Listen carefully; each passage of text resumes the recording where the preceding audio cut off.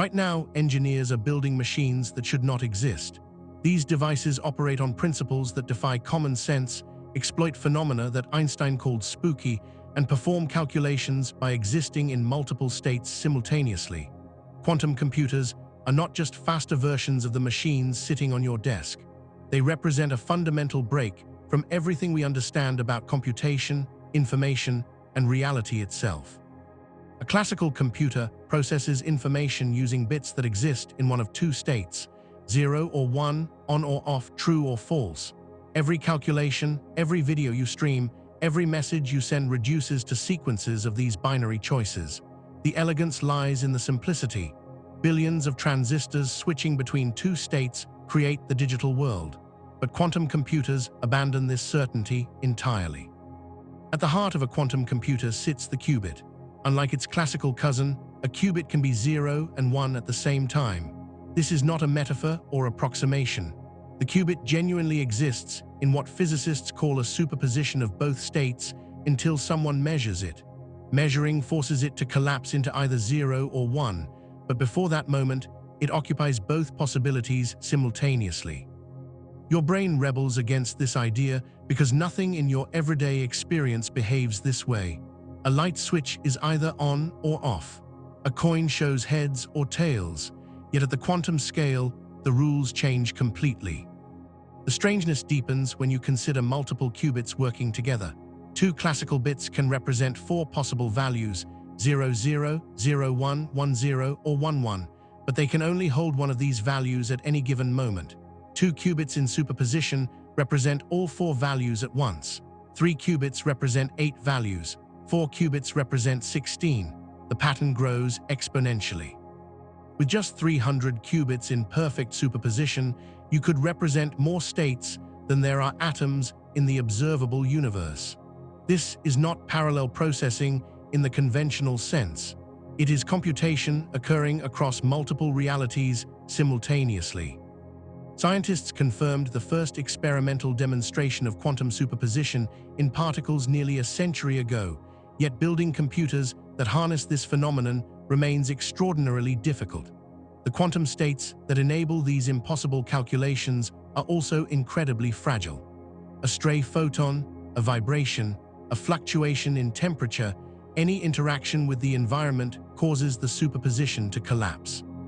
The technical term is decoherence, and it represents the primary obstacle preventing quantum computers from revolutionizing technology today. Engineers combat decoherence by isolating qubits from their surroundings as completely as possible. Superconducting quantum computers operate at temperatures colder than deep space, around 15 thousandths of a degree above absolute zero. At these temperatures, atoms barely move, and the quantum states can persist for microseconds or milliseconds. That might sound pathetically brief, but modern quantum processors can perform thousands of operations in that time window. The race becomes completing meaningful calculations before decoherence destroys the quantum information. The implications of quantum computing extend far beyond faster calculations. These machines threaten to break the encryption protecting your bank account, your medical records, and national security secrets. Most internet security relies on the difficulty of factoring large numbers into primes. A classical computer might spend thousands of years factoring a number with hundreds of digits. A quantum computer running an algorithm developed by mathematician Peter Shor could accomplish the same task in hours or minutes. Every secure transaction online assumes this problem remains hard. Quantum computers invalidate that assumption. But the threat comes paired with extraordinary promise. Drug discovery currently relies on trial and error because simulating molecular interactions overwhelms classical computers. Molecules are quantum systems, and predicting their behavior requires tracking the positions and interactions of electrons that exist in superposition. Classical computers approximate these calculations poorly. Quantum computers could simulate molecular behavior directly, potentially accelerating the development of new medications, materials, and catalysts. Climate modeling, financial optimization, artificial intelligence training, these fields all contain problems where quantum computers might deliver transformative advantages. The journey from theoretical possibility to working hardware spans decades of brilliant insights and engineering challenges. The story begins not with computer scientists, but with physicists grappling with the bizarre behavior of atoms and light. They discovered that at small enough scales, the universe operates according to rules that seem designed to confuse human intuition. Particles act as waves. Observation changes outcomes. Information becomes physical in ways that matter for computation. Understanding quantum computing requires understanding this strange landscape where physics stops making sense. You cannot appreciate how revolutionary quantum computers are without first understanding what they are rebelling against. Classical computation has driven technological progress for 70 years, doubling in power predictably, shrinking in size relentlessly, and becoming cheaper with each generation. This trend, known as Moore's Law, seemed unstoppable. Engineers fit more transistors onto chips by making them smaller. Smaller transistors switch faster and consume less power.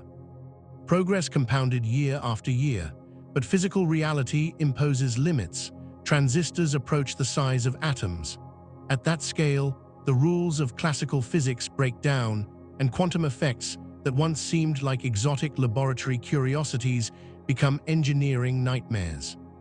The crisis in classical computing created an opportunity. If quantum effects ruin classical computers at small scales, perhaps those same effects could enable a completely different type of machine. This insight transformed quantum mechanics from a theoretical framework into a computational resource. The physicists who developed quantum theory in the early 20th century were trying to understand atoms, not build computers. Yet their discoveries laid the foundation for machines that exploit the deepest oddities of nature. Quantum computers force us to confront uncomfortable truths about reality.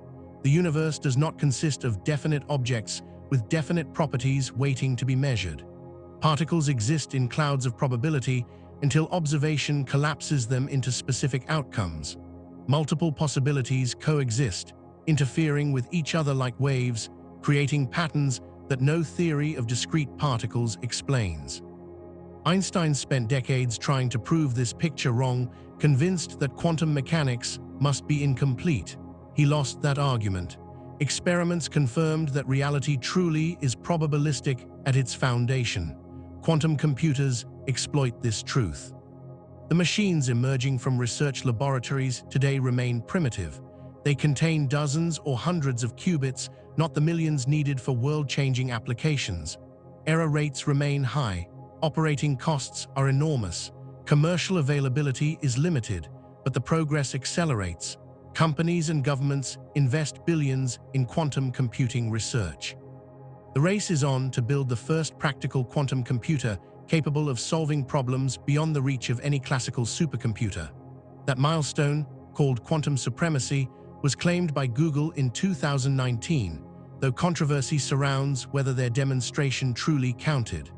Regardless of definitions, the trajectory points clearly toward quantum computers becoming reality within years, not decades. We stand at a threshold. Behind us lies 70 years of classical computing built on transistors, logic gates, and deterministic algorithms.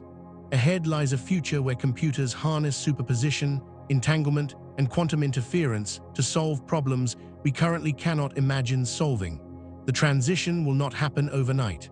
Quantum computers will not replace your laptop or smartphone. They will augment classical computers, tackling specialized problems while conventional processors handle everyday tasks. But those specialized problems include some of the most important questions humanity faces.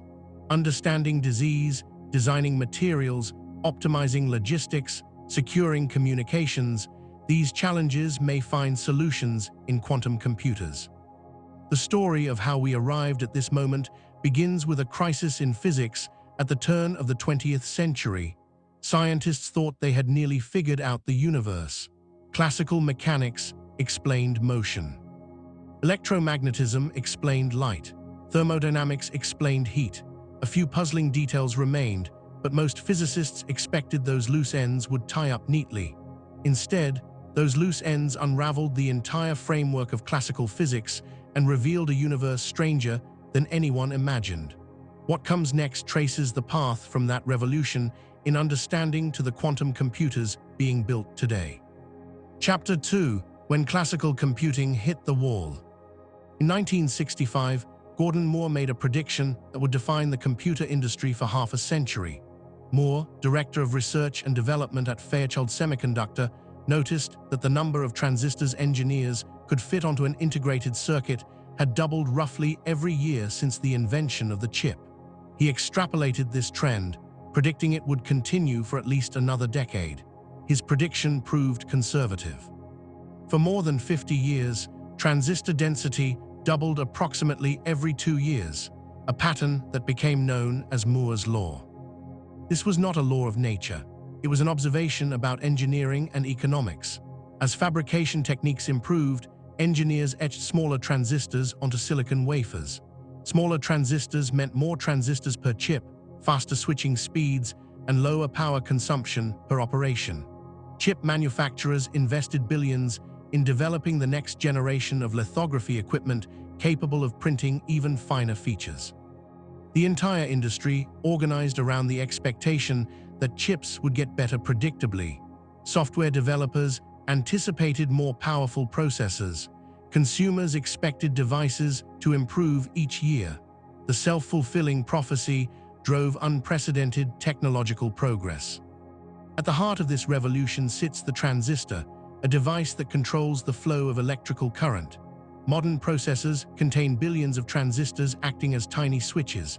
When a voltage is applied to the gate of a transistor, it allows current to flow between source and drain, representing a 1. Remove the voltage, and the current stops, representing a 0.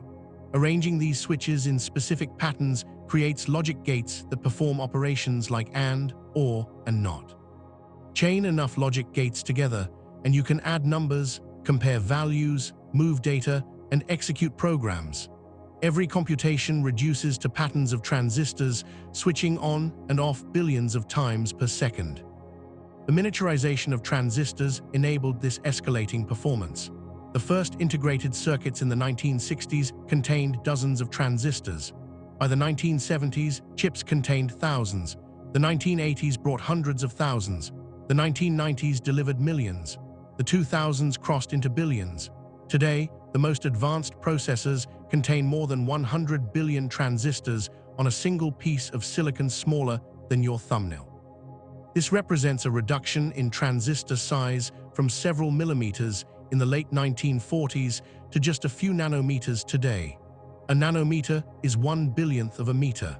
For comparison, a human hair is roughly 80,000 nanometers wide. As transistors shrank below 100 nanometers in the 1990s, engineers encountered new challenges.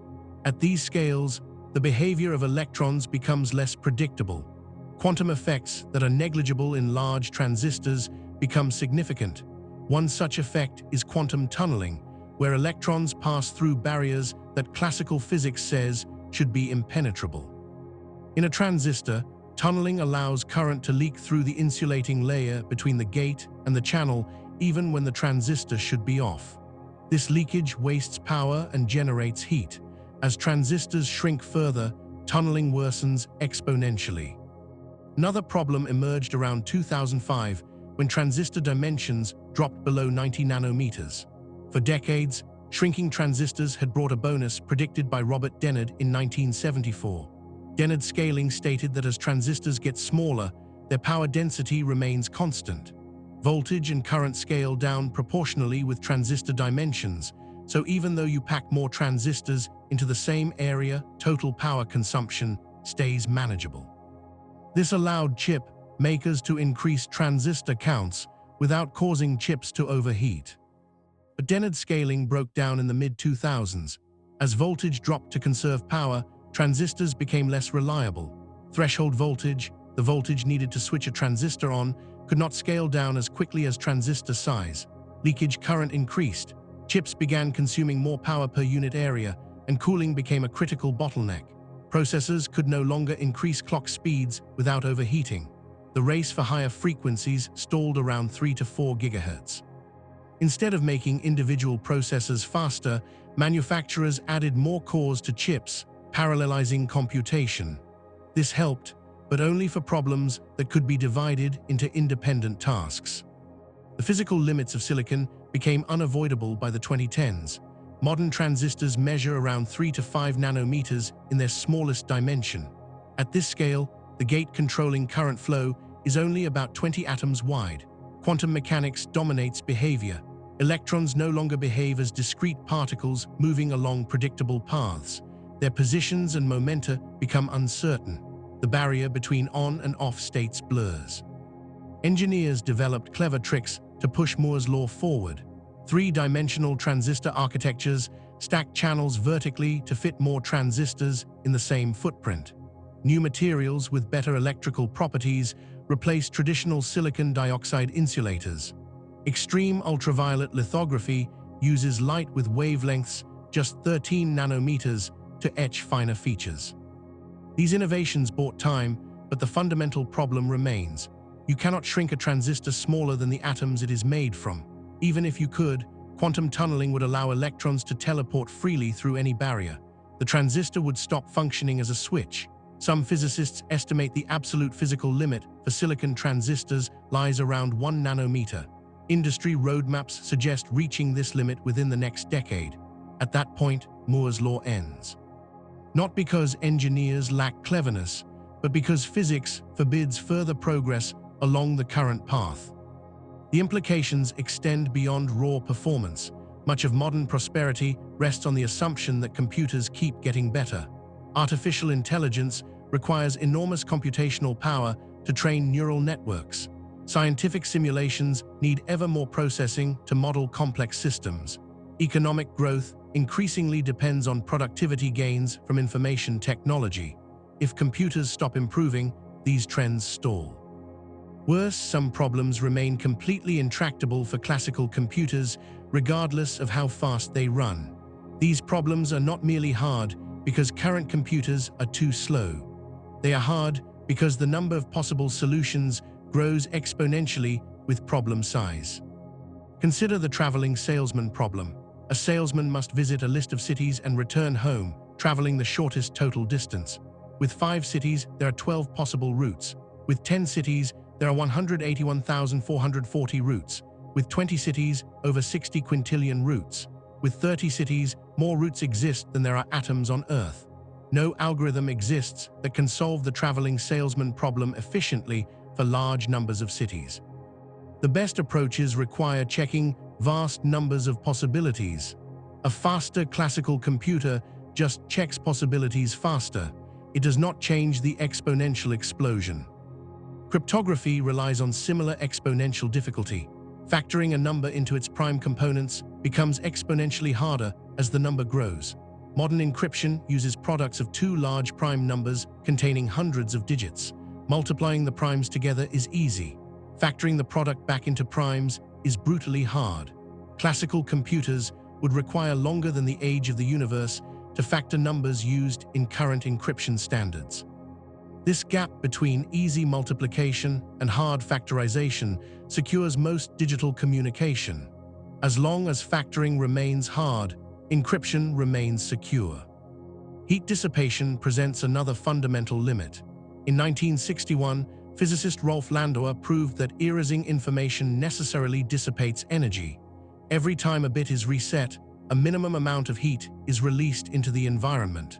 This limit, called the Landauer bound, equals approximately 3 times 10 to the negative 21st joules per bit at room temperature.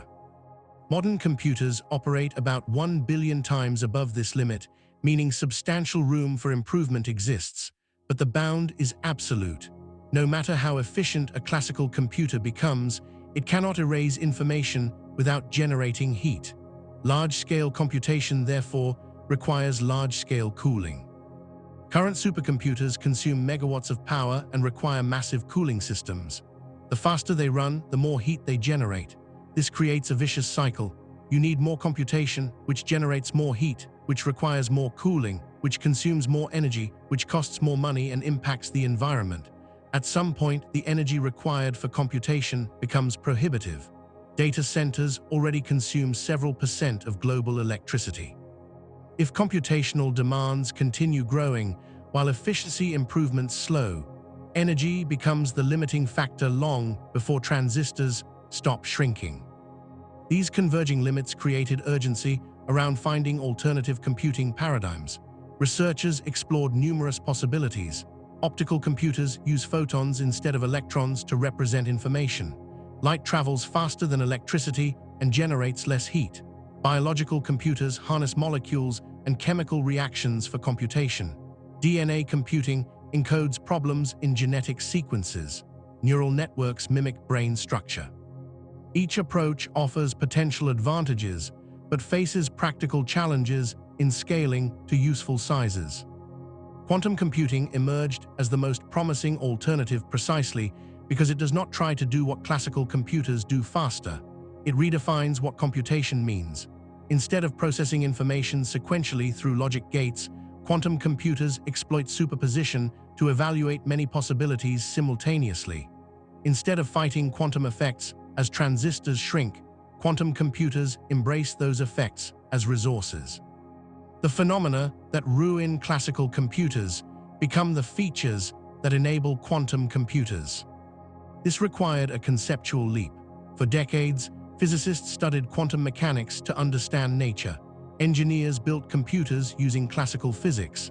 The two domains seemed separate. Quantum effects were curiosities observed in carefully controlled laboratory experiments.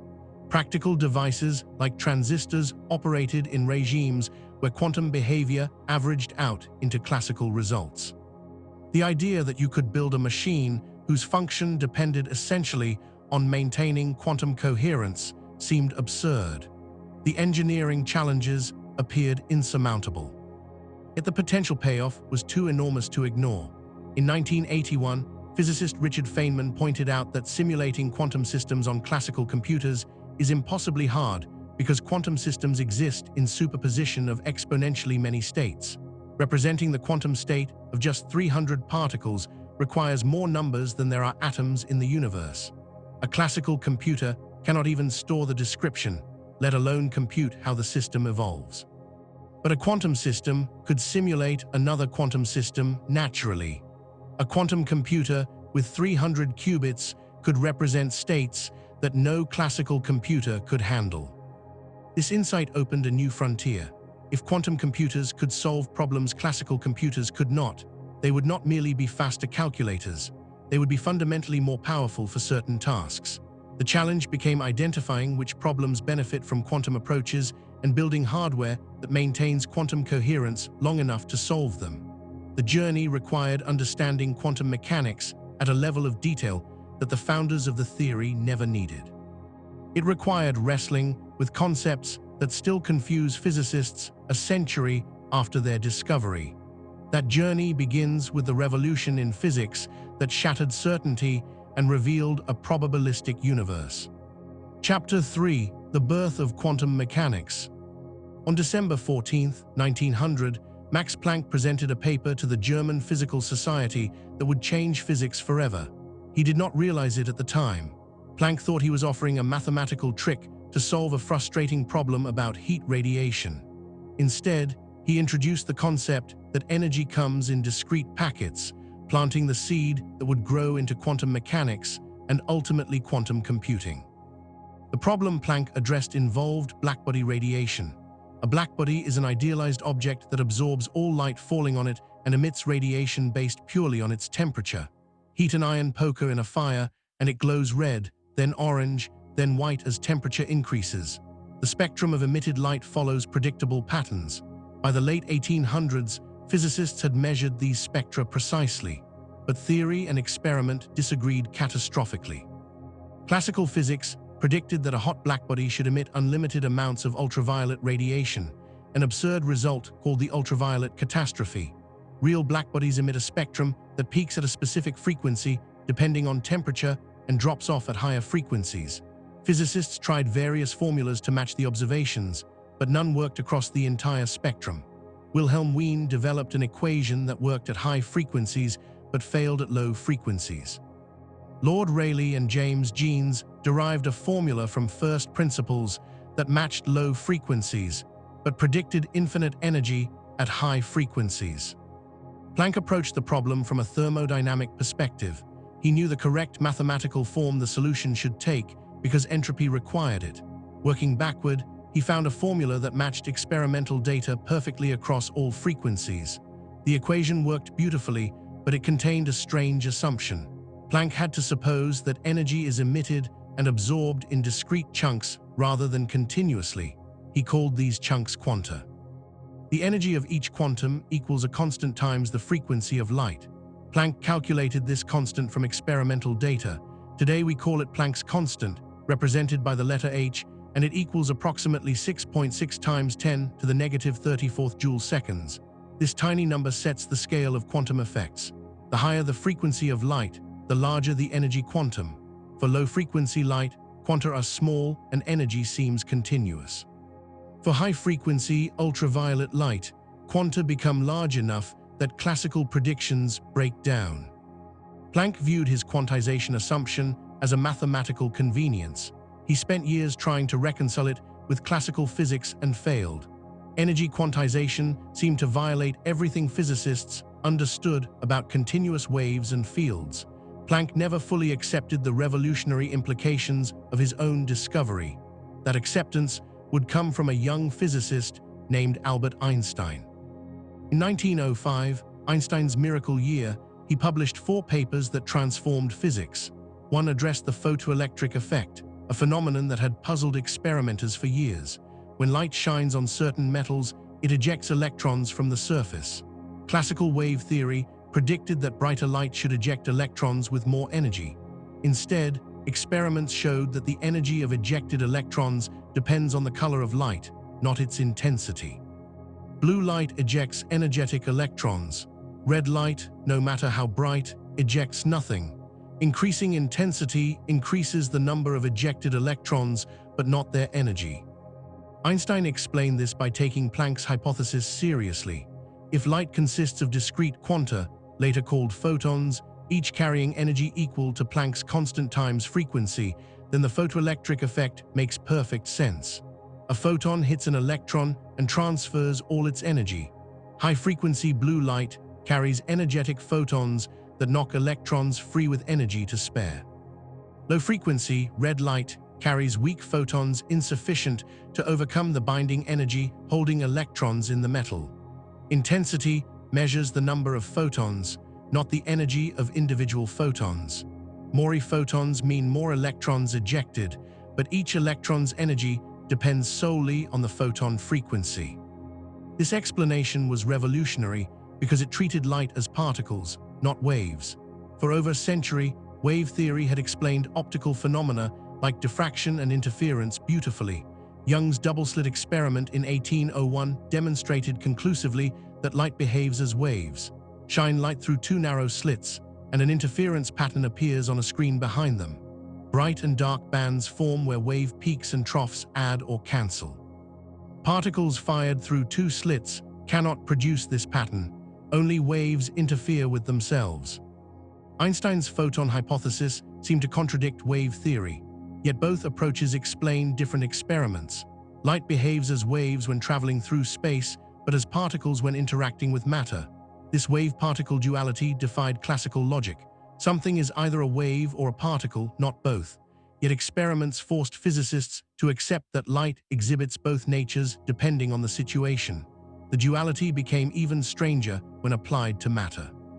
In 1923, Louis de Broglie proposed that if light waves can act as particles, then particles might act as waves. He derived a relationship suggesting that every particle has an associated wavelength inversely proportional to its momentum. Planck's constant again appears in the formula. For macroscopic objects like baseballs, the wavelength is unimaginably tiny and wave behavior is undetectable. For electrons, which have tiny mass and momentum, the wavelength becomes comparable to atomic dimensions. Wave behavior should be observable. Experiments confirmed de Broglie's hypothesis within years. Clinton Davison and Lester Germer fired electrons at a nickel crystal in 1927 and observed diffraction patterns identical to those produced by light waves. Electrons were interfering with themselves just as light does in the double-slit experiment. Matter exhibits wave-particle duality just as light does. This discovery shattered the classical distinction between particles and waves. At the quantum level, everything is both and neither. The double-slit experiment performed with electrons produces results that defy explanation using classical concepts. Fire electrons one at a time through two slits. Each electron hits a detector screen at a specific point, like a particle. Over time, as many electrons accumulate, an interference pattern emerges, like waves. Each individual electron somehow passes through both slits simultaneously and interferes with itself. If you watch which slit the electron goes through, the interference pattern disappears and you get two simple bands. The act of observation changes the outcome. This brings us to the core weirdness that makes quantum computing possible. Before measurement, the electron exists in a superposition of going through the left slit and going through the right slit. Both possibilities are real. Both contribute to where the electron finally hits the screen. Observation forces the electron to choose one path or the other, collapsing the superposition. The electron does not have a definite path before measurement. It genuinely takes both paths simultaneously. This is not ignorance about hidden properties. It is fundamental indeterminacy. Niels Bohr grasped these implications early and built a model of the atom that incorporated quantum ideas. Classical physics could not explain atoms. Electrons orbit nuclei due to electromagnetic attraction, but accelerating charges radiate energy according to Maxwell's equations. An orbiting electron should spiral into the nucleus in a fraction of a second, emitting continuous radiation as it falls.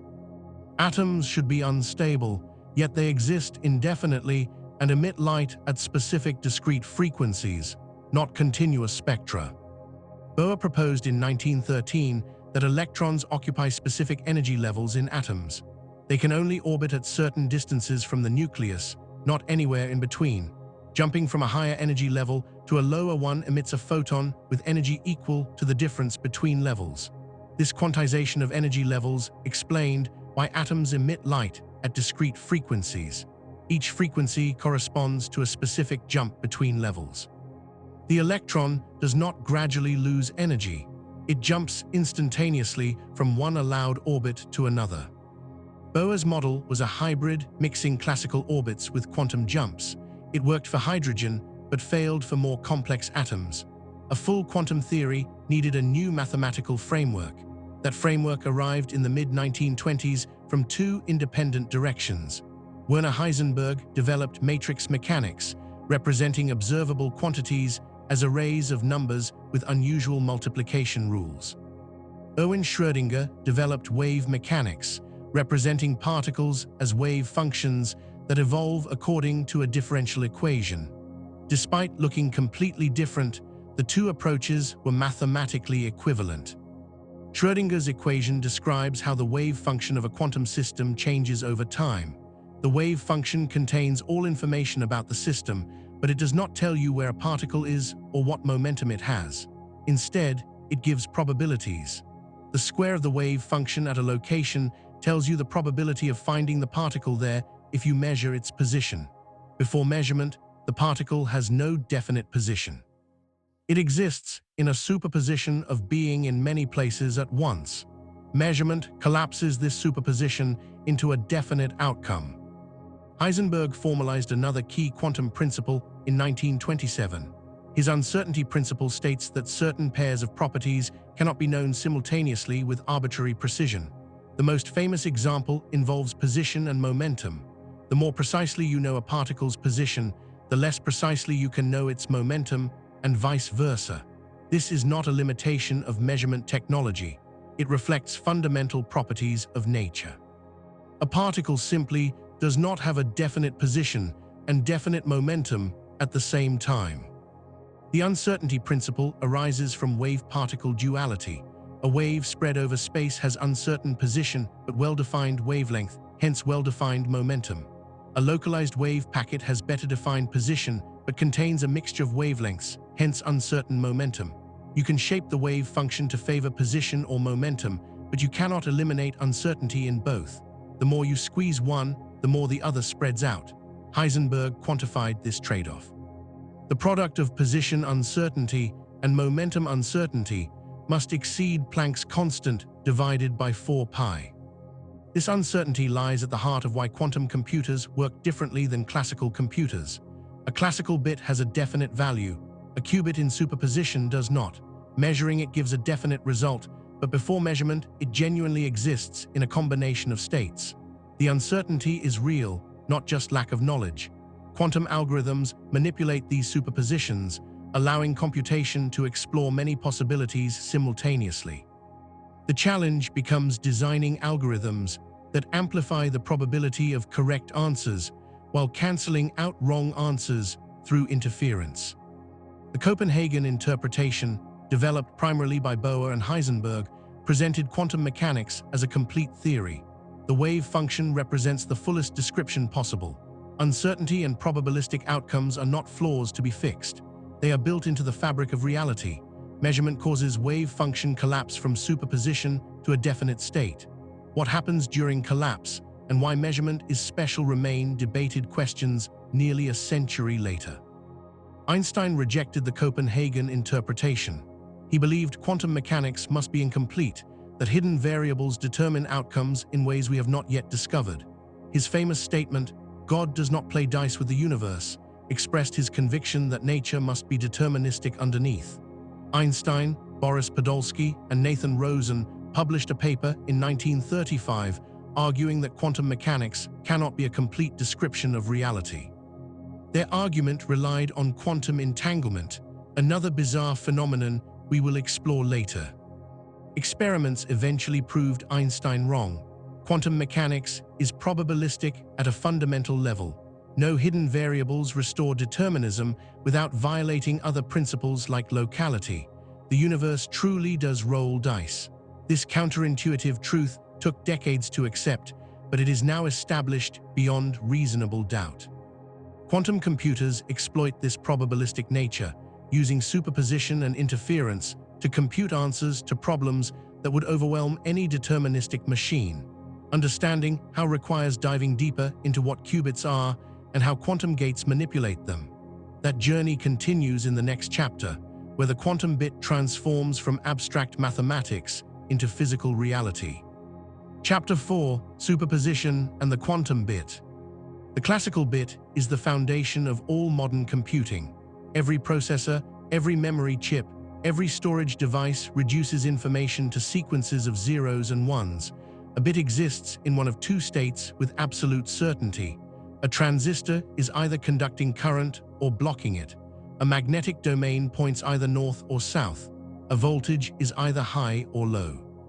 This binary simplicity enabled the digital revolution, but it also imposes fundamental limits on what computers can accomplish.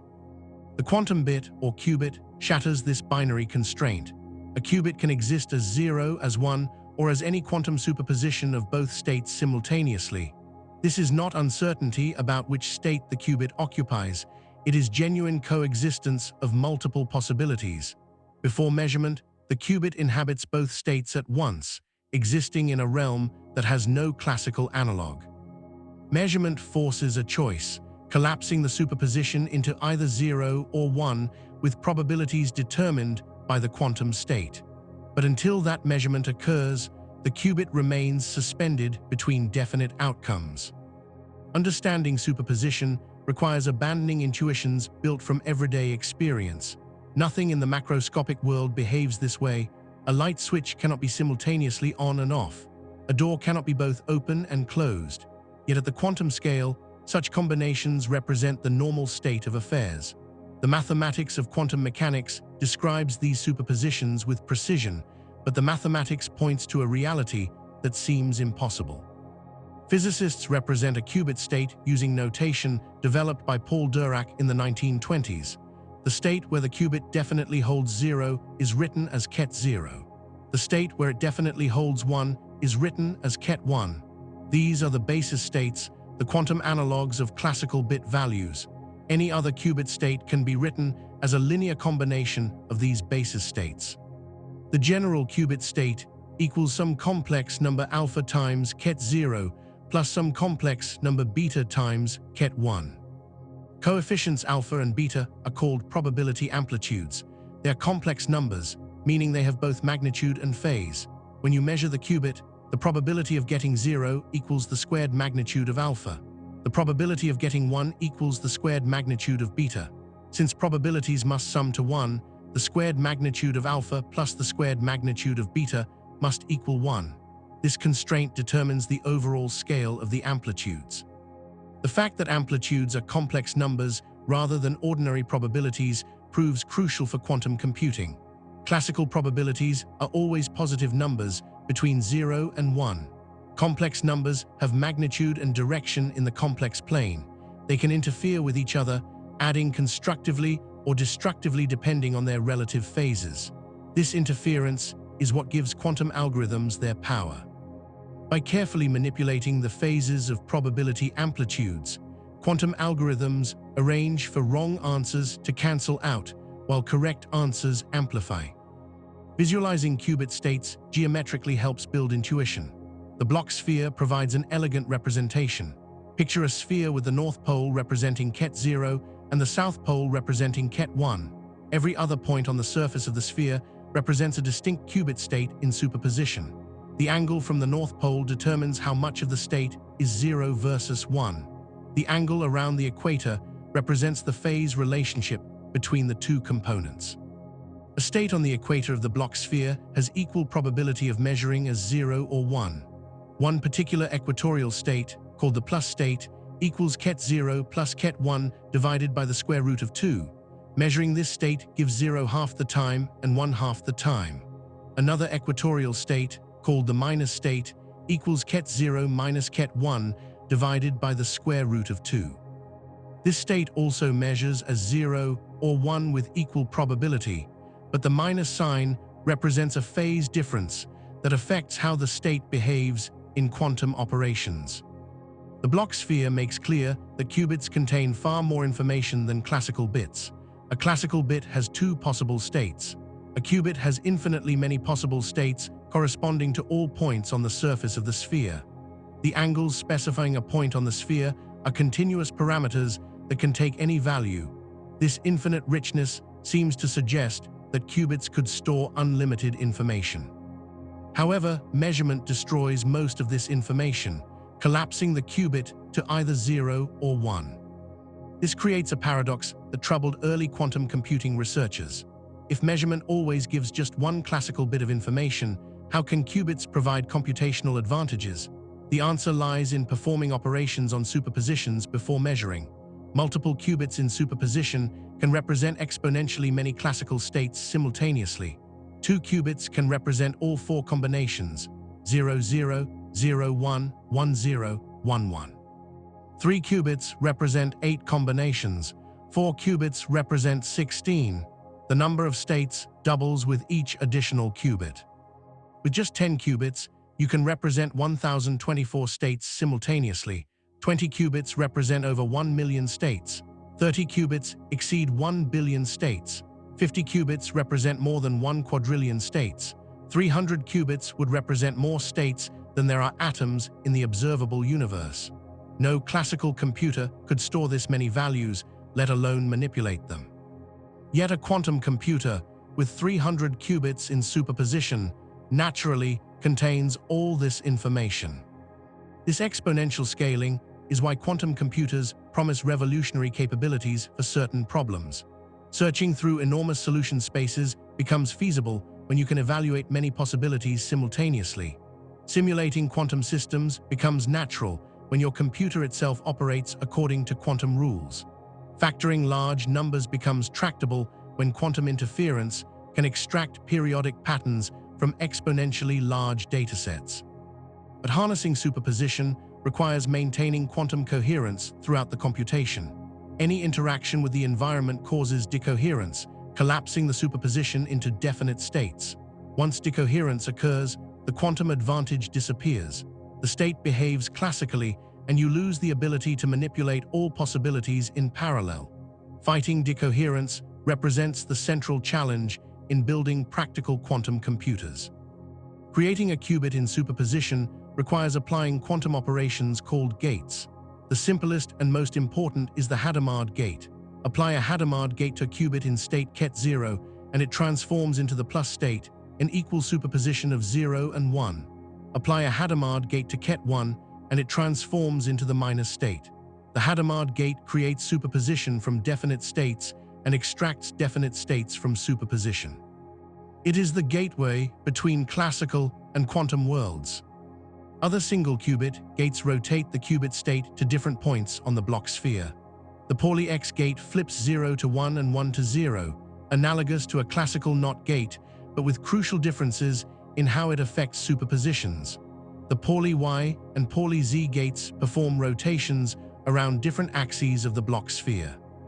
These gates manipulate the phase relationships between the 0 and 1 components of the state, a distinctly quantum operation with no classical equivalent. Applying a Hadamard gate to multiple qubits simultaneously creates superpositions of all possible classical states. Start with 3 qubits all in state 0. Apply Hadamard gates to all 3. The result is a superposition of all 8 possible 3-bit strings: 000, 001, 010, 011, 100, 101, 110, and 111. All 8 possibilities coexist with equal amplitude. A quantum operation applied to this superposition affects all 8 states simultaneously. This is quantum parallelism, the foundation of quantum algorithms. However, quantum parallelism alone does not guarantee computational speedup. The challenge lies in extracting useful information from the superposition. If you simply measure all the qubits, you get one random 8-bit string. The other 7 possibilities collapse away, irretrievably lost. All that parallel computation produces just one classical answer. To gain advantage, quantum algorithms must manipulate the superposition so that measuring gives useful information with high probability. This requires interference. Quantum operations must be designed so that amplitudes for wrong answers interfere destructively, reducing their probabilities toward 0, while amplitudes for correct answers interfere constructively, increasing their probabilities toward 1. Achieving this delicate balance requires deep mathematical insight. Most problems do not admit quantum algorithms that provide speedup. The few that do, such as Shor's factoring algorithm and Grover's search algorithm, required brilliant discoveries about how to exploit quantum interference. The no-cloning theorem adds another constraint. In classical computing, you can copy bits freely. If you have a bit in state 0, you can create as many identical copies as you want. Quantum mechanics forbids copying arbitrary unknown quantum states. Given a qubit in some unknown superposition, you cannot create a perfect duplicate. Any attempt to copy the state disturbs the original in ways that prevent faithful reproduction. This theorem, proved in the 1980s, has profound implications for quantum error correction and quantum communication. Despite these constraints, qubits provide computational resources unavailable to classical systems. The continuous parameters specifying a qubit state, the ability to create superpositions of exponentially many classical states, and the interference effects arising from complex amplitudes together enable new computational paradigms. But realizing these advantages requires building physical qubits that maintain coherence long enough to perform useful calculations. Many physical systems can serve as qubits. The essential requirement is a 2-level quantum system that can be prepared, manipulated, and measured. One common approach uses the spin of an electron or atomic nucleus. Spin is a quantum property that has no classical analog, though it behaves somewhat like angular momentum. A spin 1/2 particle can exist in 2 basis states, spin up and spin down. Superpositions of these states provide the qubit. Magnetic fields manipulate the spin state, and measurement detects whether the spin points up or down. Photons offer another qubit implementation using polarization. Light is an electromagnetic wave with electric and field oscillating perpendicular to the direction of propagation. Polarization describes the direction of these oscillations. A photon can be horizontally polarized, vertically polarized, or in any superposition of these states. Polarizing filters prepare and measure photon states, while optical elements like wave plates manipulate polarization. Photonic qubits travel easily through optical fibers, making them attractive for quantum communication. Superconducting circuits provide the most developed platform for building large-scale quantum computers. These circuits use tiny loops of superconducting material cooled to near absolute zero. At such low temperatures, electrical current flows without resistance, and the circuit exhibits quantum behavior. The qubit states correspond to current flowing clockwise or counterclockwise around the loop, or superpositions of both directions simultaneously. Microwave pulses control these circuits, performing quantum gates by driving transitions between energy levels. Trapped ions represent another mature technology. Individual atoms are confined using electromagnetic fields in ultra-high vacuum chambers. Laser beams cool the ions to near motionless states and manipulate their internal energy levels. The qubit states correspond to different electronic configurations of the ion. Trapped ion systems achieve some of the longest coherence times and highest gate fidelities, though scaling to large numbers of qubits presents challenges. Each physical implementation has trade-offs. Superconducting qubits operate fast, with gate times measured in nanoseconds, but suffer from short coherence times, typically microseconds to milliseconds. Trapped ions maintain coherence for seconds, but operate more slowly. Photonic qubits interact weakly with their environment, providing excellent coherence, but creating interactions between photons needed for 2-qubit gates proves difficult. No clear winner has emerged. Different applications may favor different technologies. Regardless of physical implementation, all qubits share the essential quantum properties that enable computation beyond classical limits. Superposition allows representing exponentially many states. Interference enables amplification of correct answers and suppression of incorrect ones. Entanglement, which we explore next, creates correlations between qubits that have no classical explanation. Together, these phenomena transform computation from sequential evaluation of logical operations into a parallel exploration of quantum possibility space. The challenge lies in controlling these phenomena precisely enough to solve problems that matter. Chapter 5: Entanglement, Spooky Action at a Distance. Quantum entanglement represents the most counterintuitive phenomenon in physics. Einstein called it spooky action at a distance and spent years trying to prove it impossible. Yet experiments confirm that entanglement is real, and it has become an essential resource for quantum computing. Entangled particles exhibit correlations that cannot be explained by any local theory where objects have definite properties independent of measurement. The universe appears to maintain connections between particles regardless of the distance separating them. 2 qubits become entangled when their quantum states cannot be described independently. You cannot specify the state of one qubit without referencing the other. They form a single quantum system even when separated by vast distances. Measuring one qubit instantly determines the outcome of measuring the other qubit, despite there being no physical signal traveling between them. This correlation violates our intuition about how separate objects should behave. The simplest entangled state involves 2 qubits in what physicists call a Bell state. One such state equals ket 00 plus ket 11 divided by the square root of 2. The 2 qubits are maximally entangled. If you measure the first qubit and get 0, measuring the second qubit will definitely give 0. If you measure the first qubit and get 1, measuring the second qubit will definitely give 1. The outcomes are perfectly correlated. Yet before measurement, neither qubit has a definite value. Both exist in superposition. This perfect correlation persists regardless of distance. Prepare 2 qubits in this entangled state. Send 1 qubit across the galaxy. The entanglement remains intact.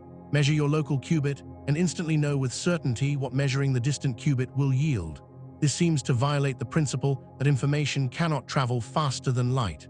Einstein recognized this apparent contradiction and proposed it as evidence that quantum mechanics must be incomplete. In 1935, Einstein, Boris Podolsky, and Nathan Rosen published a paper arguing that quantum mechanics cannot be a complete theory of reality. Their reasoning proceeded from 2 assumptions they considered obvious. First, locality. The outcome of measurements on one system should not depend on what measurements are performed on a distant, separated system. Second, realism. Physical properties exist independent of measurement. If measuring one particle tells you with certainty the value of some property of a distant particle, then that property must have had a definite value all along. The EPR argument applied these principles to entangled particles. If measuring one particle reveals the value of the other particle's property with certainty, then that property must be real. Since the measurement choice is made when the particles are separated, locality demands that the measurement on one particle cannot affect the other particle. Therefore, the properties must have definite values before measurement. Quantum mechanics, which says the properties have no definite values until measured, must be incomplete. Hidden variables must determine the outcomes, variables that quantum theory does not include. For 3 decades, most physicists accepted the EPR argument as a philosophical concern without experimental consequences. Then in 1964, John Bell proved that any local hidden variable theory makes predictions different from quantum mechanics. He derived inequalities that any local realistic theory must satisfy. Quantum mechanics violates these inequalities for certain measurements on entangled particles. The disagreement is not subtle. Local hidden variables and quantum mechanics make sharply different predictions that experiments can test. Bell's theorem transformed the EPR paradox from philosophy into experimental physics. Starting in the 1970s, experimenters performed increasingly sophisticated tests. Every experiment confirmed the quantum mechanical predictions and violated Bell's inequalities. Local hidden variable theories cannot explain the observed correlations. At least one of the EPR assumptions, locality or realism, must be abandoned. Most physicists concluded that realism fails. Particles do not have definite properties before measurement. The act of measurement creates the properties we observe. The most famous tests involved photon pairs created in specific quantum states. Measuring the polarization of one photon in various directions and comparing with measurements on the other photon revealed correlations stronger than any local theory allows. The experiments closed successive loopholes that could potentially explain the results without invoking genuine quantum entanglement. By the 2010s, loophole-free Bell tests confirmed beyond reasonable doubt that local hidden variables cannot explain nature. The universe is fundamentally non-local or fundamentally non-realistic, or both. Despite the instantaneous correlation between entangled particles, entanglement cannot transmit information faster than light. When you measure your qubit, you get a random result.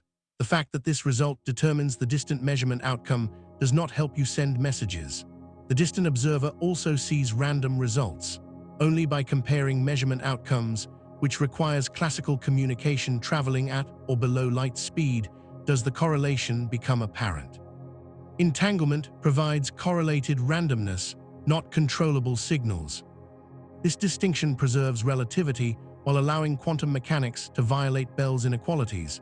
No contradiction arises as long as information cannot travel faster than light. The correlations exist, but they cannot be exploited for superluminal communication. This subtle balance took decades to fully understand and remains deeply counterintuitive.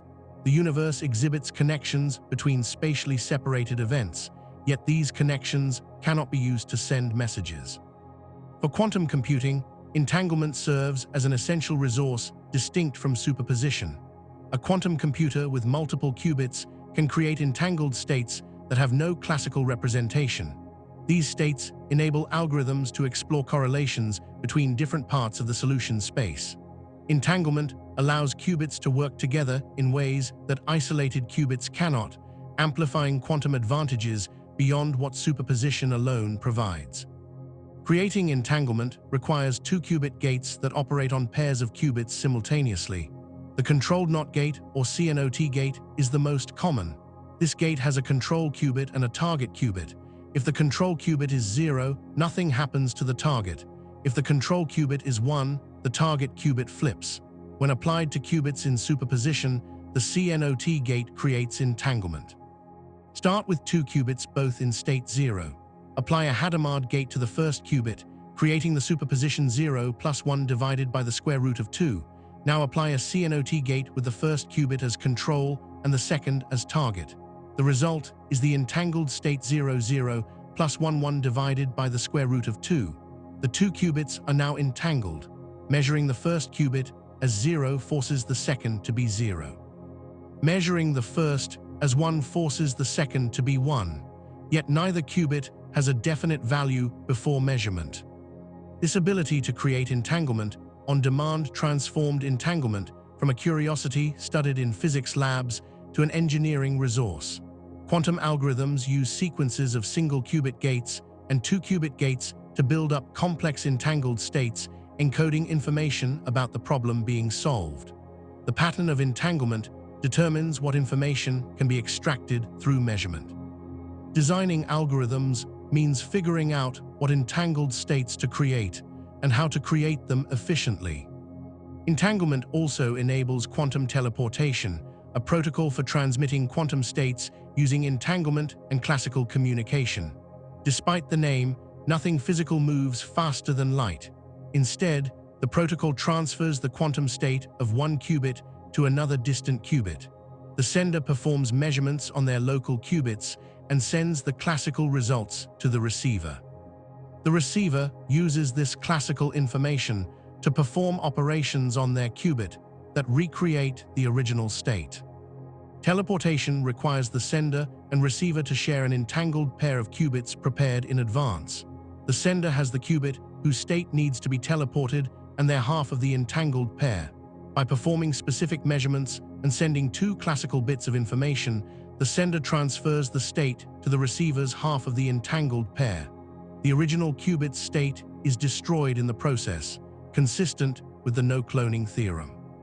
You can teleport a state or copy it, but not both.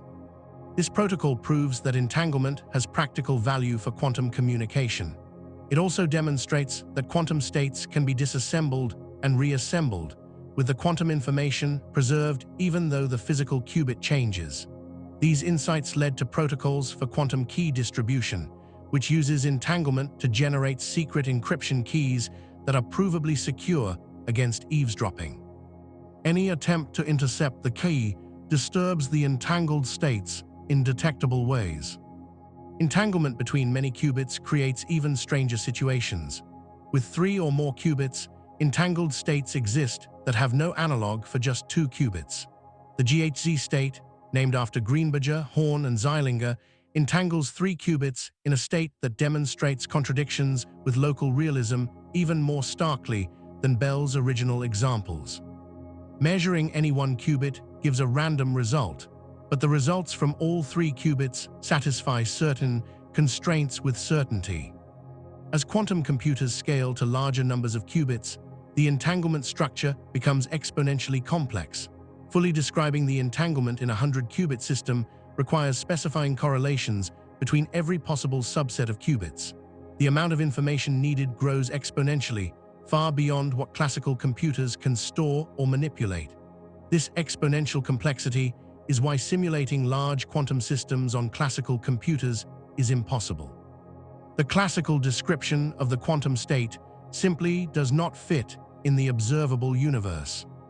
Yet the quantum system itself maintains all these correlations naturally. 100 entangled qubits do not need exponentially large memory to exist.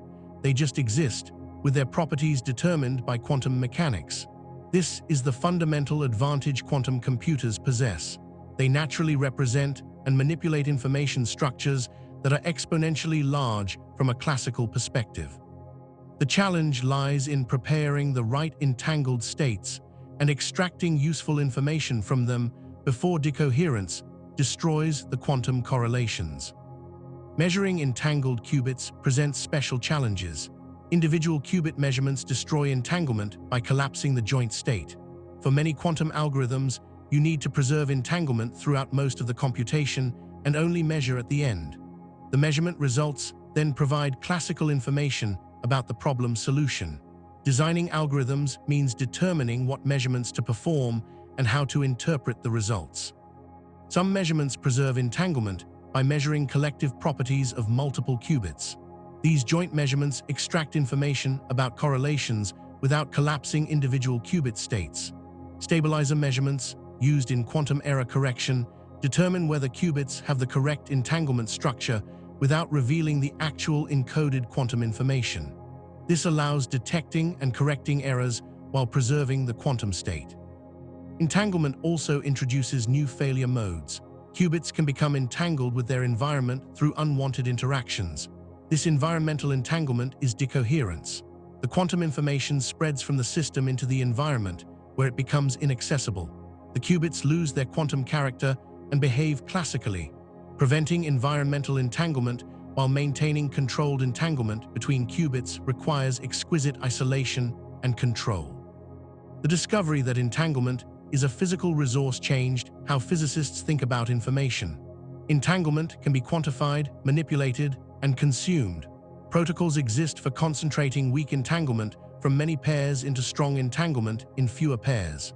Entanglement can be distributed across networks, enabling distributed quantum computing where separate quantum processors work together on shared problems. These ideas form the basis of quantum information theory, a field that emerged in the 1990s combining quantum mechanics, computer science, and information theory. Entanglement remains mysterious despite decades of study. Why the universe exhibits these non-local correlations, what they mean for our understanding of space and time, and whether entanglement points to deeper structures underlying quantum mechanics remain open questions. But for quantum computing, entanglement is simply a tool. It enables computational capabilities impossible with classical resources. The next chapter explores how pioneers transformed these strange quantum phenomena into the first proposals for actual quantum computers. Chapter 6: The Pioneers, From Theory to Hardware. The path from quantum mechanics to quantum computing required visionaries who saw computational potential in physics that seemed designed to confuse. For 6 decades after quantum mechanics was established, physicists used the theory to understand atoms, molecules, and materials. They built powerful mathematical tools and solved countless problems, but nobody thought about building computers based on quantum principles. Classical computers worked fine, getting exponentially better every year. Why complicate things with quantum weirdness? Richard Feynman changed this perspective in May 1981 during a conference at the California Institute of Technology. Feynman, one of the architects of quantum electrodynamics and a physics legend, had become interested in the theory of computation. He noticed a profound problem: simulating quantum mechanical systems on classical computers is impossibly hard. The problem is not just that classical computers are too slow. The problem is fundamental. A quantum system with a few hundred particles exists in a superposition of exponentially many states. Just writing down the full quantum state requires more numbers than there are atoms in the observable universe. Classical computers cannot even store the description, let alone compute how the system evolves. Yet nature effortlessly simulates itself.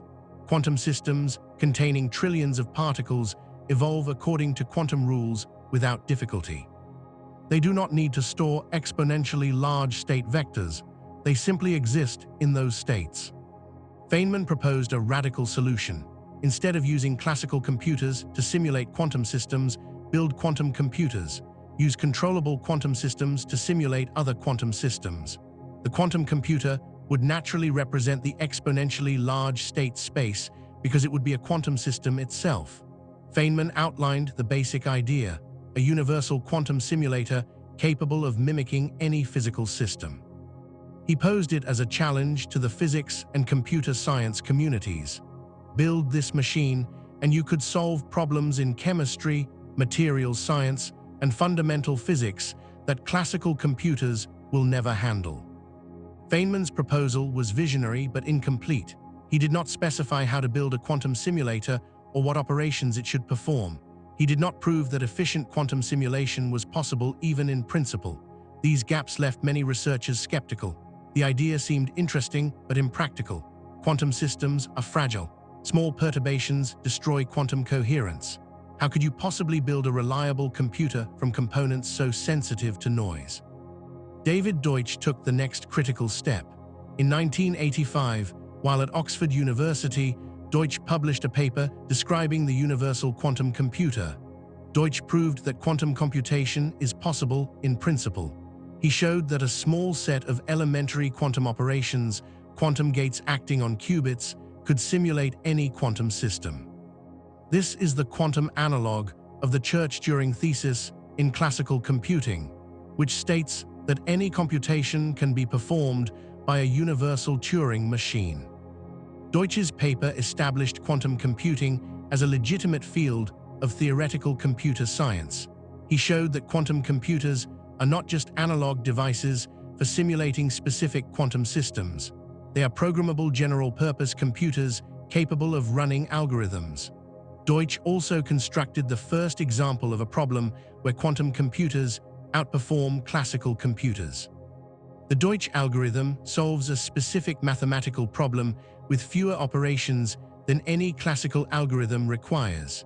The advantage is small, just one quantum operation versus multiple classical operations, but it proved the principle. Deutsch's work attracted little attention initially. The Deutsch algorithm solved a problem nobody cared about. The advantage was minimal. Building the hardware seemed impossible. Most computer scientists ignored quantum computing as an interesting theoretical toy without practical relevance. That changed dramatically in 1994 when Peter Shor discovered an algorithm that threatened to break modern cryptography. Shor, working at Bell Labs, developed a quantum algorithm for factoring large numbers into their prime components. Factoring is the foundation of RSA encryption, the security system protecting most internet communication.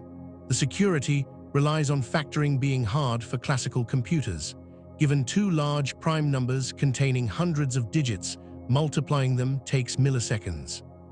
Factoring the product back into primes would take classical supercomputers longer than the age of the universe. This asymmetry allows secure communication between parties who have never met. Shor's algorithm shattered this assumption.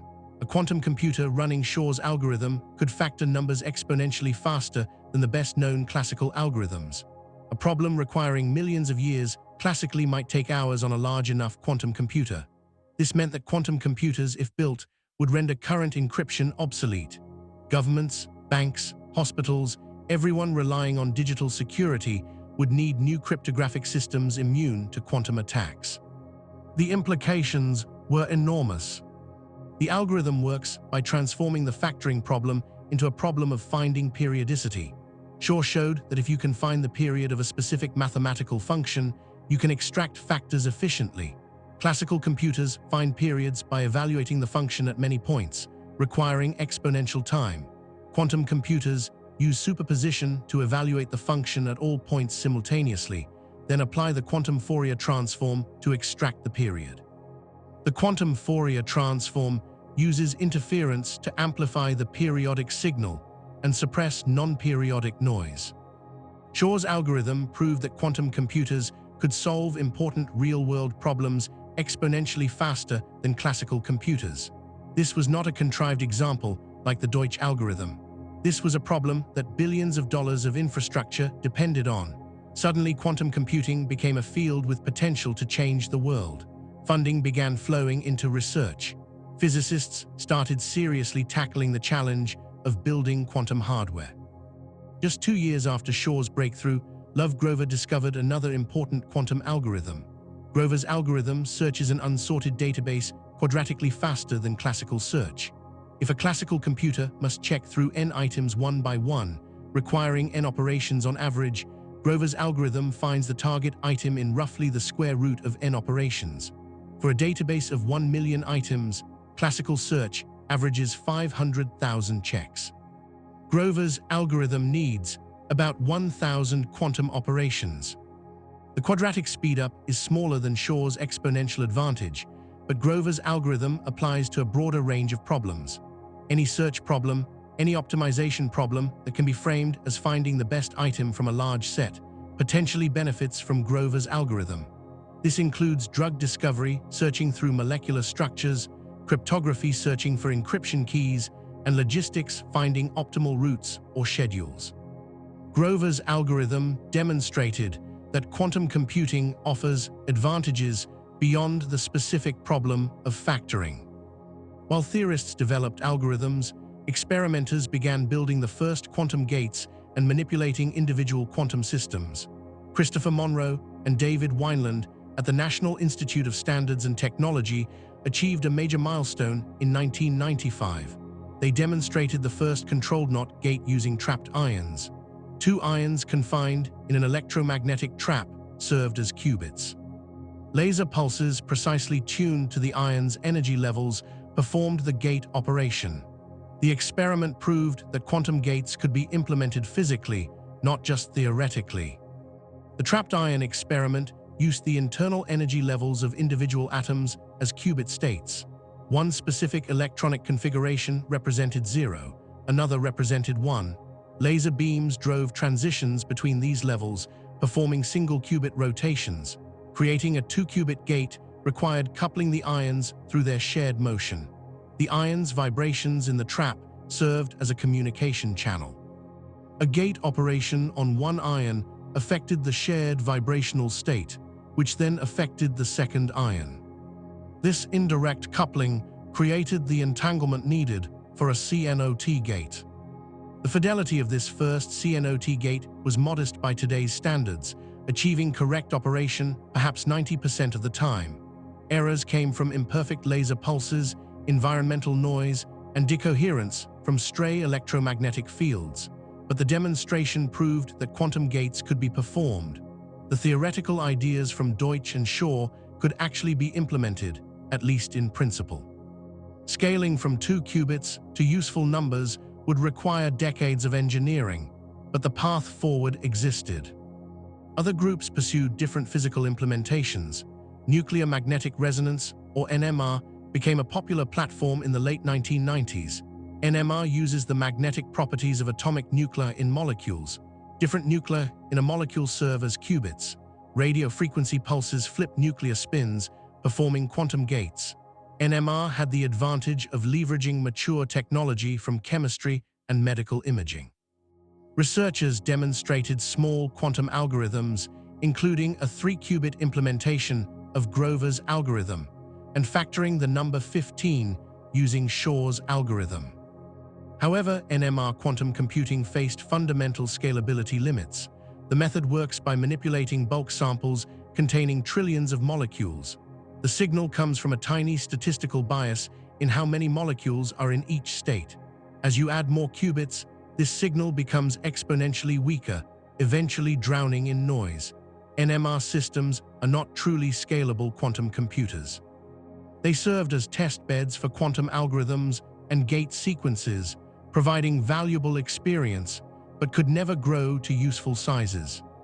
Superconducting qubits emerged as a more promising long-term approach. In 1999, Yasunobu Nakamura at NEC in Japan demonstrated the first superconducting qubit. The device used a tiny superconducting loop interrupted by a Josephson junction, a thin insulating barrier between superconductors. At temperatures near absolute zero, current flows around the loop without resistance. The current can flow clockwise or counterclockwise, and quantum mechanics allows superposition of both directions simultaneously. The resulting circulating currents are macroscopic quantum states. Nakamura's result was remarkable because it demonstrated quantum behavior in a human-made electrical circuit. Previous qubits used individual atoms or photons, microscopic objects where quantum behavior is expected. Superconducting circuits are nanoscale devices that can be fabricated using techniques from the semiconductor industry. They can be integrated on chips and controlled with conventional electronics. This opened the possibility of scaling quantum computers using manufacturing technology already developed for classical processors. These early demonstrations occurred with individual qubits or pairs of qubits. Building actual quantum computers required linking many qubits together while maintaining quantum coherence. It required developing quantum error correction to combat the inevitable errors from decoherence.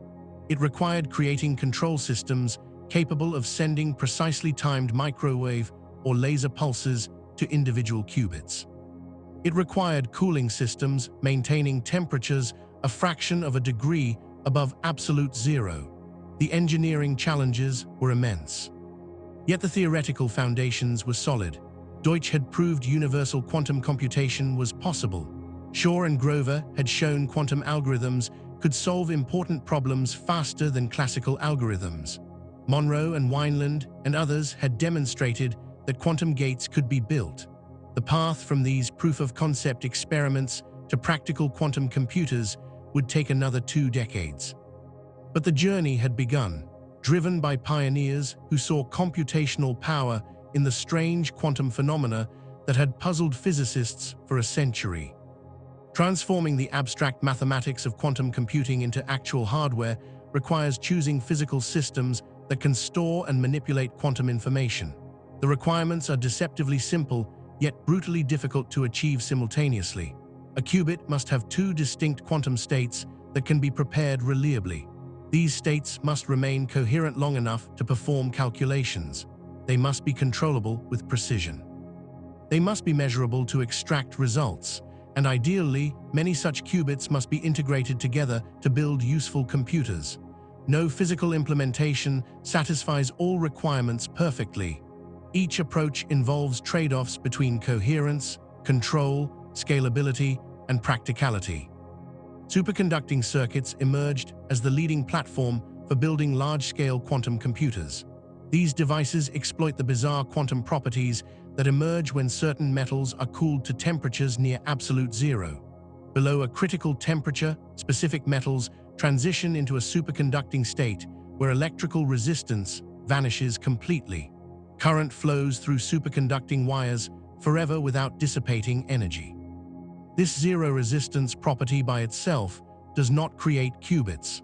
The magic happens at junctions where 2 superconductors meet through a thin, insulating barrier.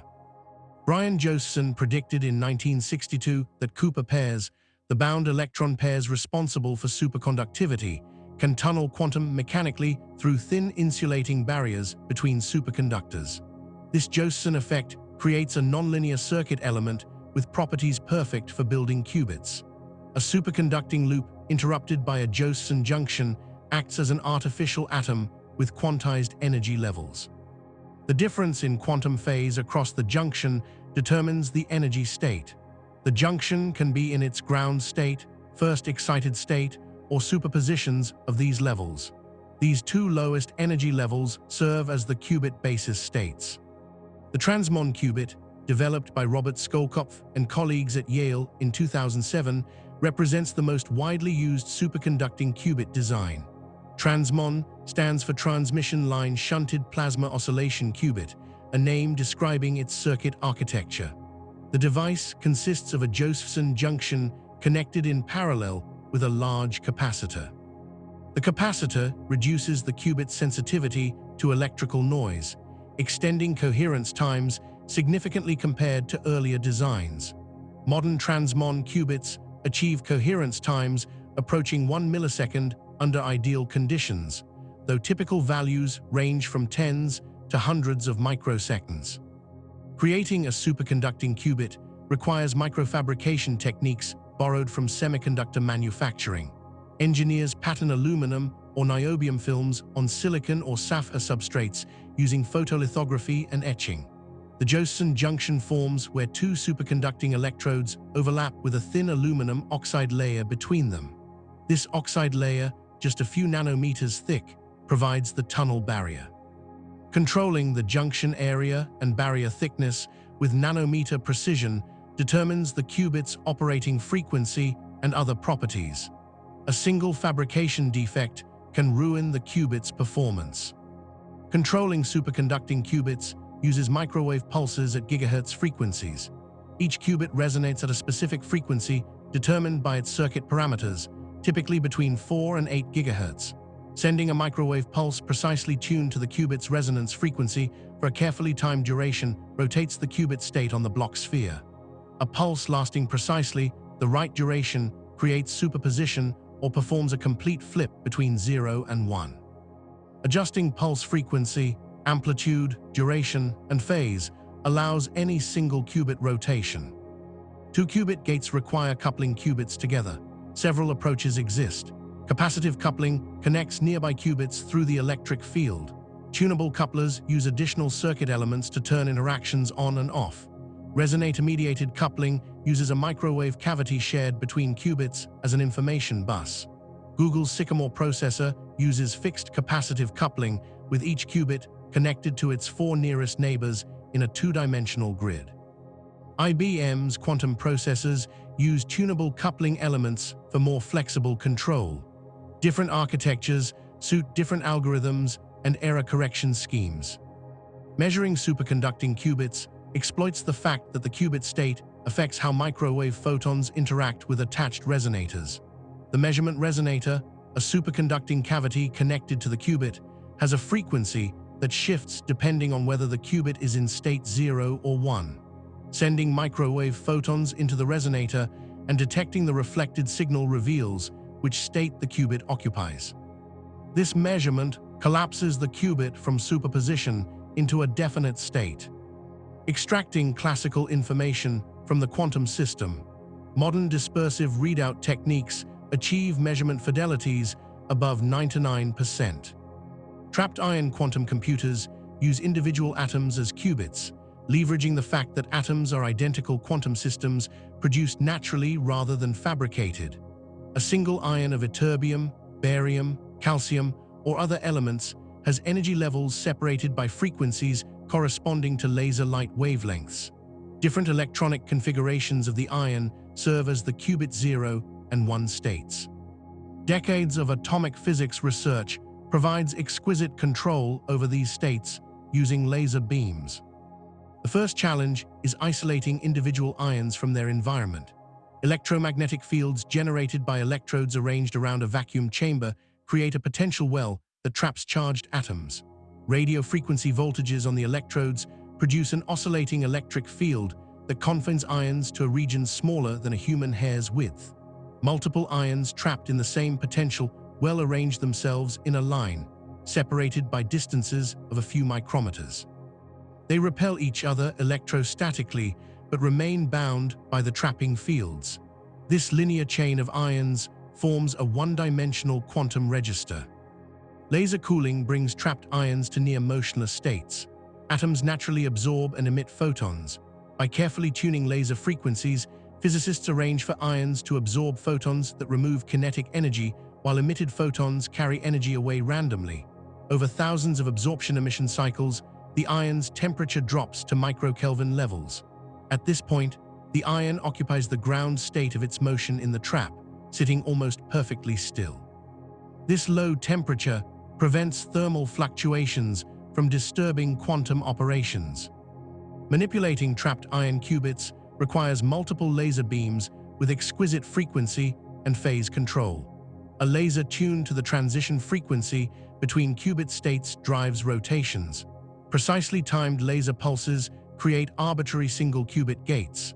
The ion's internal energy levels respond to laser light within nanoseconds, enabling fast gate operations. Trapped ion systems routinely achieve single qubit gate fidelities exceeding 99.9%, among the highest in any quantum computing platform. 2-qubit gates in trapped ion systems exploit the ion's collective vibrational modes. The ions in a trap are coupled through Coulomb repulsion. Pushing on one ion creates a ripple that affects all ions in the chain. This collective motion serves as a quantum bus that mediates interactions between qubits. The Molmar-Sorensen gate uses laser beams to couple ions through their shared motion, creating entanglement without leaving the ions in motional excited states. This gate achieves fidelities above 99%. Measuring trapped ions is remarkably straightforward compared to other platforms. When an ion occupies one qubit state, it fluoresces brightly under laser illumination. When occupying the other state, it remains dark. A camera or photon detector simply counts fluorescence photons.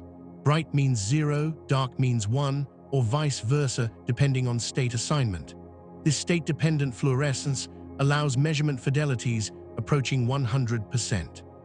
Errors occur mainly when ions spontaneously decay before measurement completes.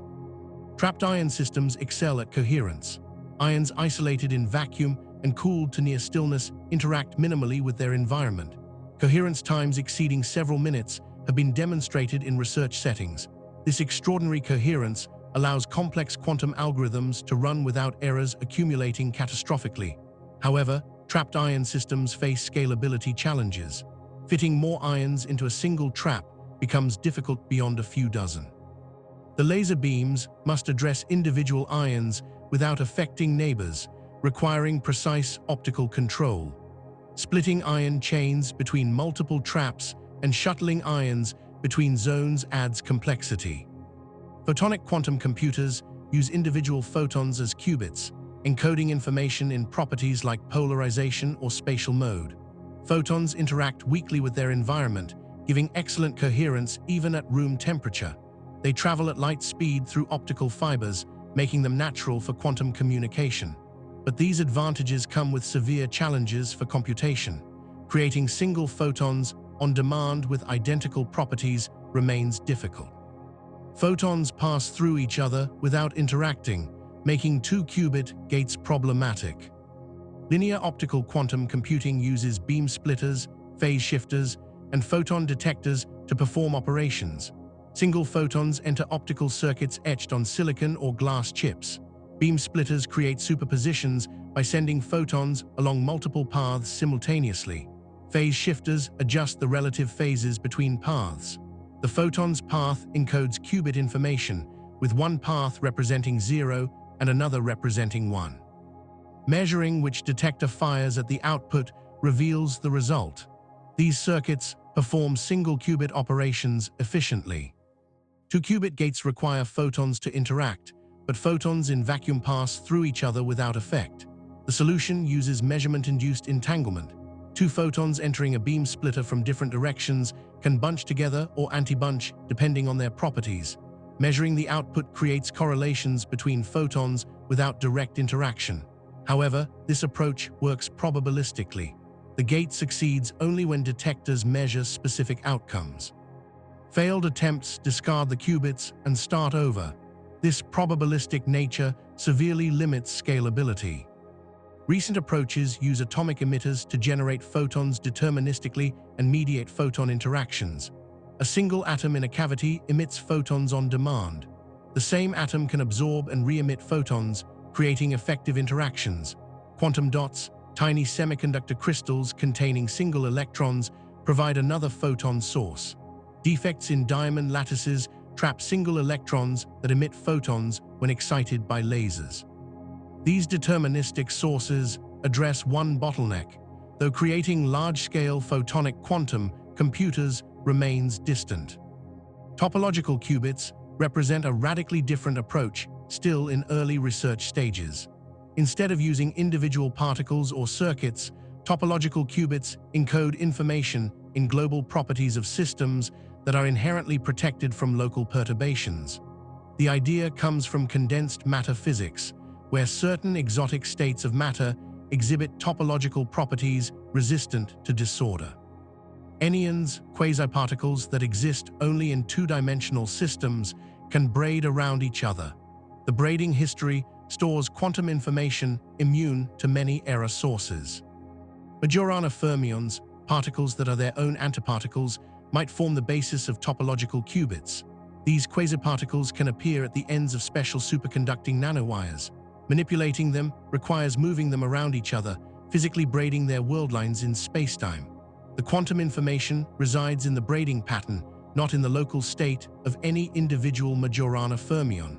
This topological protection could dramatically reduce error rates. Microsoft's quantum computing effort focuses on this approach, though creating and controlling Majorana fermions remains experimentally challenging. Each physical qubit implementation has strengths and weaknesses. Superconducting qubits achieve fast gates and reasonable coherence with proven scalability paths. Companies like IBM, Google, and Rigetti have built processors with dozens to hundreds of superconducting qubits. Trapped ions offer superior coherence and gate fidelity, but scale more slowly. IonQ and Honeywell pursue trapped ion systems with dozens of qubits. Photonic approaches promise room temperature operation and networking advantages, but struggle with gates and sources. Topological qubits could revolutionize error correction, but remain largely theoretical. The diversity of approaches suggests no clear winner has emerged. Different applications may favor different platforms. Quantum simulation of molecules might suit trapped ions with their long coherence and high-fidelity gates. Optimization problems might run on superconducting processors with many qubits despite higher error rates. Quantum communication networks will likely use photons. Hybrid systems combining multiple technologies could leverage each platform's strengths. Building physical qubits is only the beginning. These qubits must be controlled, measured, and protected from errors. The systems surrounding qubits, the electronics generating control pulses, the cooling systems maintaining cryogenic temperatures, the software compiling algorithms into gate sequences, these components are as important as the qubits themselves. Modern quantum computers are marvels of engineering integrating physics, electrical engineering, computer science, and materials science. Yet they remain primitive compared to what will be needed for transformative applications. The next chapter explores the most fundamental challenge preventing progress: quantum decoherence. Chapter 8: The Decoherence Problem. Quantum computers derive their power from superposition and entanglement. These quantum properties allow representing exponentially large state spaces and performing parallel computations impossible for classical systems. But these same properties are extraordinarily fragile. Any interaction with the environment destroys quantum coherence, collapsing superpositions and breaking entanglement. This phenomenon, called decoherence, represents the primary obstacle to building useful quantum computers. Understanding why decoherence happens and how to combat it determines whether quantum computing will transform technology or remain a laboratory curiosity. Decoherence occurs because quantum systems never exist in perfect isolation. The universe is warm, full of electromagnetic radiation, vibrating with mechanical disturbances. Every quantum system couples to its environment through countless channels. A stray photon absorbed by a qubit changes its state. Vibrations in the substrate jiggle the qubit's energy levels. Fluctuating magnetic fields shift quantum phases. Each interaction transfers information from the quantum system into the environment, causing the system to behave more classically. The mathematical description of decoherence involves density matrices and open quantum systems, but the essential physics is straightforward. Imagine a qubit in superposition of 0 and 1. This superposition has a definite phase relationship between the two components. The qubit wave function oscillates with a specific frequency and phase. If something disturbs the qubit, shifting its energy slightly, the phase relationship changes. A single disturbance might be correctable. But continuous random disturbances from the environment cause the phase to wander unpredictably. Different possible environmental interactions lead to different phase evolutions. From the environment's perspective, it becomes entangled with the qubit. Each environmental state corresponds to a different qubit state. This environmental entanglement is the essence of decoherence.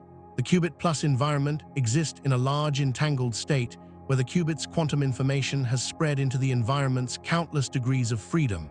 Measuring just the qubit reveals classical probabilities, not quantum superposition.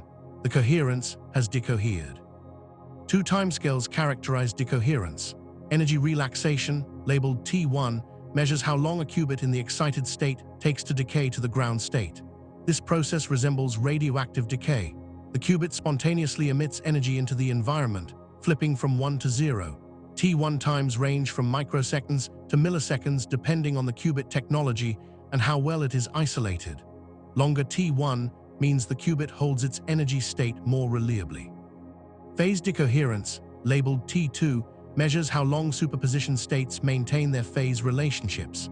Even without energy relaxation, random fluctuations disturb the relative phase between 0 and 1 components. These fluctuations arise from noise in control electronics, fluctuating electromagnetic fields, lattice vibrations, and quantum fluctuations in materials. T2 is always less than or equal to twice T1. For many qubit implementations, T2 is much shorter than T1, indicating that phase errors occur faster than energy errors. Superconducting qubits suffer from multiple decoherence mechanisms. Dielectric loss in the materials and interfaces surrounding the qubit absorbs microwave photons, causing energy relaxation. Two-level defects, microscopic imperfections in materials that have two energy states, interact with qubits and create noise. Quasiparticles, unpaired electrons that break Cooper pairs, reduce qubit coherence. Magnetic flux noise from fluctuating magnetic fields shifts qubit frequencies randomly. Engineers combat these mechanisms by improving materials, fabricating cleaner junctions, and designing circuits less sensitive to noise. Temperature is the enemy of quantum coherence. Thermal energy at room temperature far exceeds the energy gaps between qubit states. Thermal photons constantly bombard the qubit, knocking it between states. At room temperature, a superconducting qubit would decohere in nanoseconds or less. Cooling to cryogenic temperatures reduces thermal noise exponentially. Most superconducting quantum computers operate around 15 millikelvin, achieved using dilution refrigerators. A dilution refrigerator is a marvel of cryogenic engineering. It cools using quantum mechanical properties of helium isotopes. At temperatures below a Kelvin, a mixture of helium-3 and helium-4 separates into two phases. Moving helium-3 atoms from one phase to the other absorbs heat, cooling the system further. By continuously circulating helium-3 through this cycle, dilution refrigerators reach temperatures just thousandths of a degree above absolute zero. At these temperatures, thermal noise becomes negligible and quantum effects dominate. Building and operating dilution refrigerators is expensive and complex. The systems cost hundreds of thousands of dollars. They require days to cool from room temperature to operating temperature. They consume kilowatts of power to run compressors and vacuum pumps.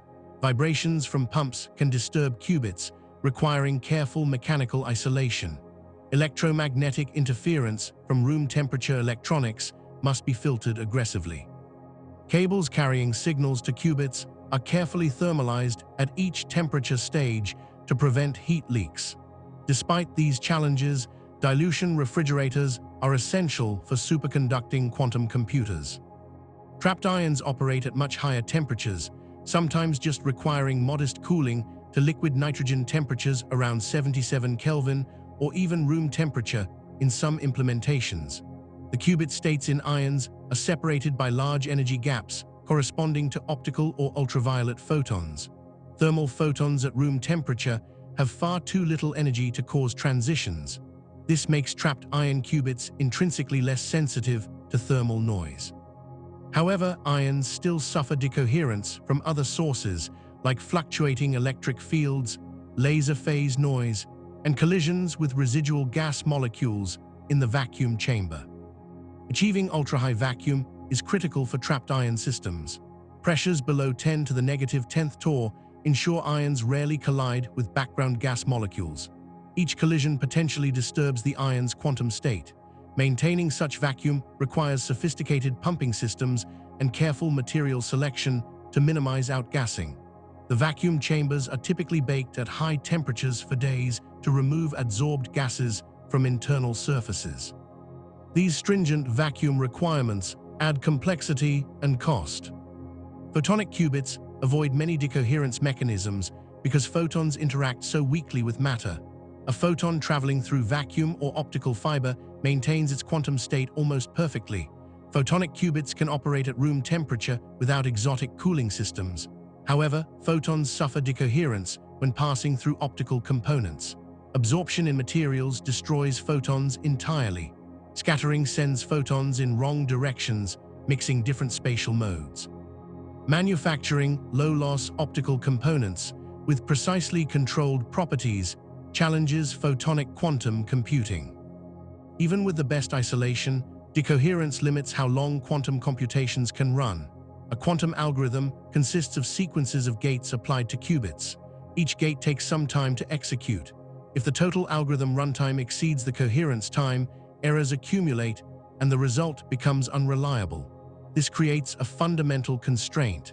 The number of gates you can perform equals roughly the coherence time divided by the gate time. This ratio, called the coherence limit, determines the maximum circuit depth. For superconducting qubits with 100 microsecond coherence time and 20 nanosecond gate time, You can perform around 5,000 gates before decoherence dominates. This might sound like plenty, but useful quantum algorithms require millions or billions of gates for problems like factoring large numbers or simulating complex molecules. The coherence limit falls short by factors of thousands or millions. Bridging this gap requires either dramatically extending coherence times or implementing quantum error correction that fixes errors faster than they accumulate. Recent advances extended superconducting qubit coherence times significantly. In 2025, researchers at Aalto University in Finland demonstrated transmon qubits with coherence times exceeding 1 millisecond, more than triple previous records. These advances came from improved fabrication techniques, cleaner materials, and better electromagnetic shielding.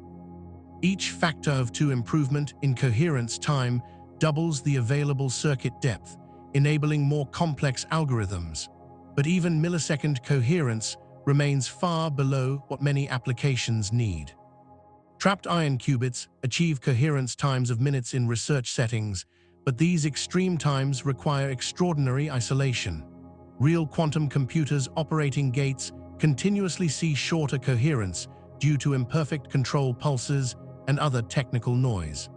Achieving minutes-long coherence while actively manipulating qubits remains a challenge. Most practical trapped ion systems operate with effective coherence times of seconds, still impressive but limiting the available circuit depth. Decoherence affects different quantum states differently. Some states are more fragile than others. Entangled states involving many qubits typically decohere faster than single qubit states. Certain entangled states, called decoherence-free subspaces, resist specific types of environmental noise.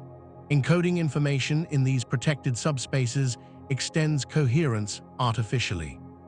However, finding decoherence-free subspaces requires understanding the dominant noise mechanisms affecting your qubits, and manipulating states within these subspaces adds overhead.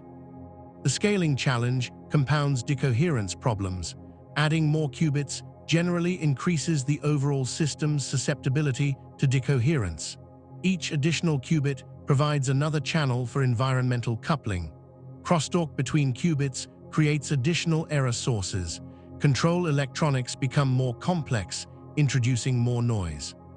Building large quantum computers requires not just maintaining coherence in individual qubits, but preserving coherence across the entire system as it grows. Some decoherence mechanisms scale with system size in troubling ways. Cosmic rays, high-energy particles from space that constantly bombard Earth's surface, can disturb qubits. A single cosmic ray passing through a quantum processor can flip multiple qubits simultaneously. For small systems with a few qubits, cosmic ray events are rare enough to ignore. For room-sized quantum computers with millions of qubits, cosmic rays hit somewhere in the system regularly. Some researchers propose building quantum computers underground to shield them from cosmic rays. Environmental noise exists across all frequency ranges. High-frequency noise causes energy relaxation. Low-frequency noise causes phase errors. 1/f noise, a type of noise whose power increases at low frequencies, particularly plagues superconducting qubits. This noise likely originates from defects in materials that switch randomly between states over various timescales. Mitigating 1/f noise requires materials engineering and circuit designs that reduce sensitivity to slow fluctuations. Control imperfections themselves cause decoherence. The microwave pulses driving superconducting qubits must have precisely calibrated amplitudes, frequencies, and phases. Any deviation from ideal pulse shapes causes errors. Calibrating controls for many qubits simultaneously grows increasingly difficult. Some qubits inevitably receive slightly imperfect pulses. These control errors accumulate with circuit depth, just like decoherence from environmental noise. Advanced control techniques like pulse shaping and error-robust gates reduce control errors. Despite all efforts to extend coherence, decoherence remains unavoidable. Perfect isolation is impossible. The control fields used to manipulate qubits themselves couple the system to its environment. Measurement, essential for extracting results, requires strong coupling that deliberately causes decoherence. The only solution is accepting errors will occur and building systems that correct them faster than they accumulate. This is quantum error correction, one of the most profound ideas in quantum information science. But implementing error correction requires quantum gates that perform operations on multiple qubits simultaneously. The next chapter explores these gates and how combining them creates quantum circuits capable of computation. Chapter 9: Quantum Gates and Circuits. Classical computers process information through logic gates. AND gates, OR gates, NOT gates, these simple operations combine to perform arbitrarily complex calculations. Millions or billions of transistors arranged in specific patterns execute algorithms by passing bits through sequences of gates. The output of one gate feeds into inputs of others, forming circuits that transform input data into results. Quantum computers work similarly, using quantum gates to manipulate qubits. But quantum gates operate according to different rules, enabling capabilities impossible for classical logic. The most fundamental difference is reversibility. Classical gates like AND and OR are irreversible. Given the output, you cannot determine the inputs with certainty. An AND gate outputs 1 only if both inputs are 1, but outputs 0 for 3 different input combinations. Information is lost. This irreversibility forces classical gates to dissipate energy according to Landauer's principle. Quantum gates must be reversible. Quantum mechanics evolves through unitary transformations that preserve information. Every quantum gate has an inverse that undoes its operation exactly. Single qubit gates rotate the qubit state on the block sphere. The simplest is the Pauli X gate, the quantum equivalent of a classical NOT gate. X flips 0 to 1 and 1 to 0. Applied to superposition, it swaps the amplitudes of the two components. The X gate rotates the qubit state by 180 degrees around the x-axis of the block sphere. Applying X twice returns the original state, confirming reversibility. The Pauli Z gate leaves 0 unchanged, but flips the sign of 1, transforming it to -1. This creates a phase flip without changing probabilities. If you measure before and after a Z gate, the outcome statistics are identical, yet the quantum state has changed. The relative phase between 0 and 1 components has shifted by 180 degrees. This phase carries no measurable effect alone, but becomes crucial when combined with other gates. Z rotates the qubit around the Z-axis of the block sphere. The Pauli Y gate combines the effects of X and Z, both flipping the state and adjusting phases. Y rotates around the Y-axis of the block sphere.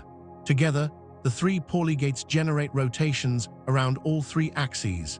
Any rotation on the block sphere can be decomposed into sequences of Pauli gates, though continuous rotation gates provide more efficient implementations. The Hadamard gate creates superposition. Applying H to state 0 produces the plus state, an equal superposition of 0 and 1. Applying H to state 1 produces the minus state. The Hadamard gate is its own inverse. Apply it twice, and you return to the starting state. H transforms between the computational basis, where 0 and 1 are distinct, and the Hadamard basis, where plus and minus are distinct. This basis change is essential for many quantum algorithms. Phase gates rotate around the Z-axis by angles less than 180 degrees. The S gate rotates by 90 degrees, while the T gate rotates by 45 degrees. These gates adjust the phase relationship between 0 and 1 components without affecting measurement probabilities in the computational basis.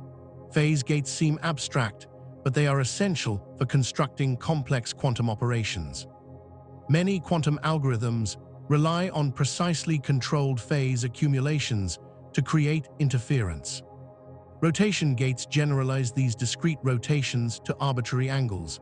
The Rx gate rotates by any angle around the x-axis. Ry rotates around the y-axis. Rz rotates around the z-axis.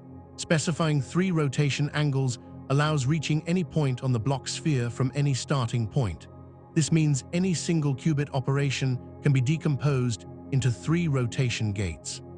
In practice, quantum computers implement a small set of primitive gates, and quantum compilers translate arbitrary rotations into sequences of available gates. Single-qubit gates alone cannot create entanglement. To access the full power of quantum computing, you need gates that operate on multiple qubits simultaneously. The controlled NOT gate, or CNOT, is the workhorse 2-qubit gate. CNOT has a control qubit and a target qubit. If the control is 0, the target remains unchanged. If the control is 1, the target flips. This conditional operation creates correlations between qubits. When qubits are in superposition, CNOT creates entanglement. Start with the control in superposition of 0 and 1 and the target in 0. After CNOT, the system is entangled. The state equals 0, 0 plus 1, 1 divided by the square root of 2. Measuring the control reveals the target's value with certainty. CNOT transformed a separable superposition into a maximally entangled state. This ability to generate entanglement makes CNOT, or equivalent 2-qubit gates, essential. CNOT is reversible. Applying CNOT twice returns to the original state. The gate is its own inverse. This reversibility is required by quantum mechanics, but has practical consequences. Unlike classical gates that fan out one bit into multiple copies, quantum gates cannot clone qubits. The no-cloning theorem forbids copying arbitrary quantum states. CNOT can correlate qubits, but not duplicate them. Controlled Z-gate operates symmetrically on 2 qubits, flipping the sign of the 1-1 state while leaving other basis states unchanged. Unlike CNOT, which has a clear control and target, CZ treats both qubits equivalently. CZ and CNOT are equivalent up to single-qubit rotations. You can convert CNOT into CZ by applying Hadamard gates before and after. Many quantum computers implement CZ natively because it is easier to realize in certain physical platforms. The swap gate exchanges 2 qubits, trading their states. After swap, the first qubit holds what the second held, and vice versa. Swap can be decomposed into 3 CNOT gates, showing that it does not add new computational power beyond what CNOT provides. But swap is useful for moving quantum information between qubits, especially in architectures where not all qubit pairs can interact directly. The Toffoli gate, or controlled NOT, operates on 3 qubits. It flips the target qubit only if both control qubits are 1. Toffoli is universal for classical reversible computing, meaning any classical circuit can be built using only Toffoli gates. The Toffoli gate also plays roles in quantum error correction and certain quantum algorithms. It can be decomposed into single qubit gates and CNOT gates, requiring around 6 CNOTs. Proving a set of gates is universal means showing it can approximate any quantum operation to arbitrary accuracy. A universal gate set enables a quantum computer to run any algorithm. Single qubit rotations combined with any non-trivial 2-qubit entangling gate form a universal set. For example, all single qubit gates plus CNOT are universal, so are all single qubit gates plus CZ. Even more minimal sets exist. The Hadamard gate, phase gate, CNOT, and T-gate together form a universal set that is also fault-tolerant, meaning it can be implemented in error-corrected quantum computers. Quantum circuits combine gates in sequences to perform algorithms. A circuit diagram represents time flowing from left to right. Horizontal lines represent qubits. Boxes and symbols on the lines represent gates. Single qubit gates appear as boxes on individual qubit lines. 2-qubit gates connect multiple lines. The circuit depth counts the longest path from input to output, representing the number of time steps required if gates can execute in parallel when they do not conflict. Designing quantum circuits requires understanding how gates combine to produce desired transformations. Unlike classical circuits where composition is straightforward, quantum gates interfere in subtle ways. The order of gates matters profoundly. Swapping 2 non-commuting gates changes the circuit's behavior. This non-commutativity reflects the underlying quantum mechanics. Measuring observables in different orders gives different results. Quantum parallelism emerges naturally in quantum circuits. A Hadamard gate applied to n qubits, initially in state 0, creates a superposition of all 2 to the n possible classical states. A subsequent operation that depends on the qubit values effectively evaluates a function on all inputs simultaneously. This massive parallelism suggests quantum computers could solve all problems exponentially faster. But extracting useful information from the superposition requires carefully designed interference. Random quantum circuits produce random output, no better than guessing. Quantum algorithms succeed by amplifying correct answers and suppressing wrong answers through interference. The circuit must be structured so paths leading to correct outputs interfere constructively, increasing their amplitudes, while paths leading to wrong outputs interfere destructively, decreasing their amplitudes. Achieving this requires understanding the problem's mathematical structure and designing gate sequences that exploit it. Only specific problems admit efficient quantum algorithms. Most problems show no quantum advantage. Circuit compilation translates high-level algorithm descriptions into sequences of gates available on specific hardware. Different quantum computers support different native gate sets. Superconducting processors might natively implement rotations and CNOT. Trapped ion systems might implement arbitrary single-qubit rotations and Molmer-Sorensen gates. Compilers must decompose desired operations into available gates while minimizing circuit depth and accounting for qubit connectivity constraints. Qubit connectivity limits which qubits can interact directly. In superconducting processors, each qubit typically connects to only a few neighbors.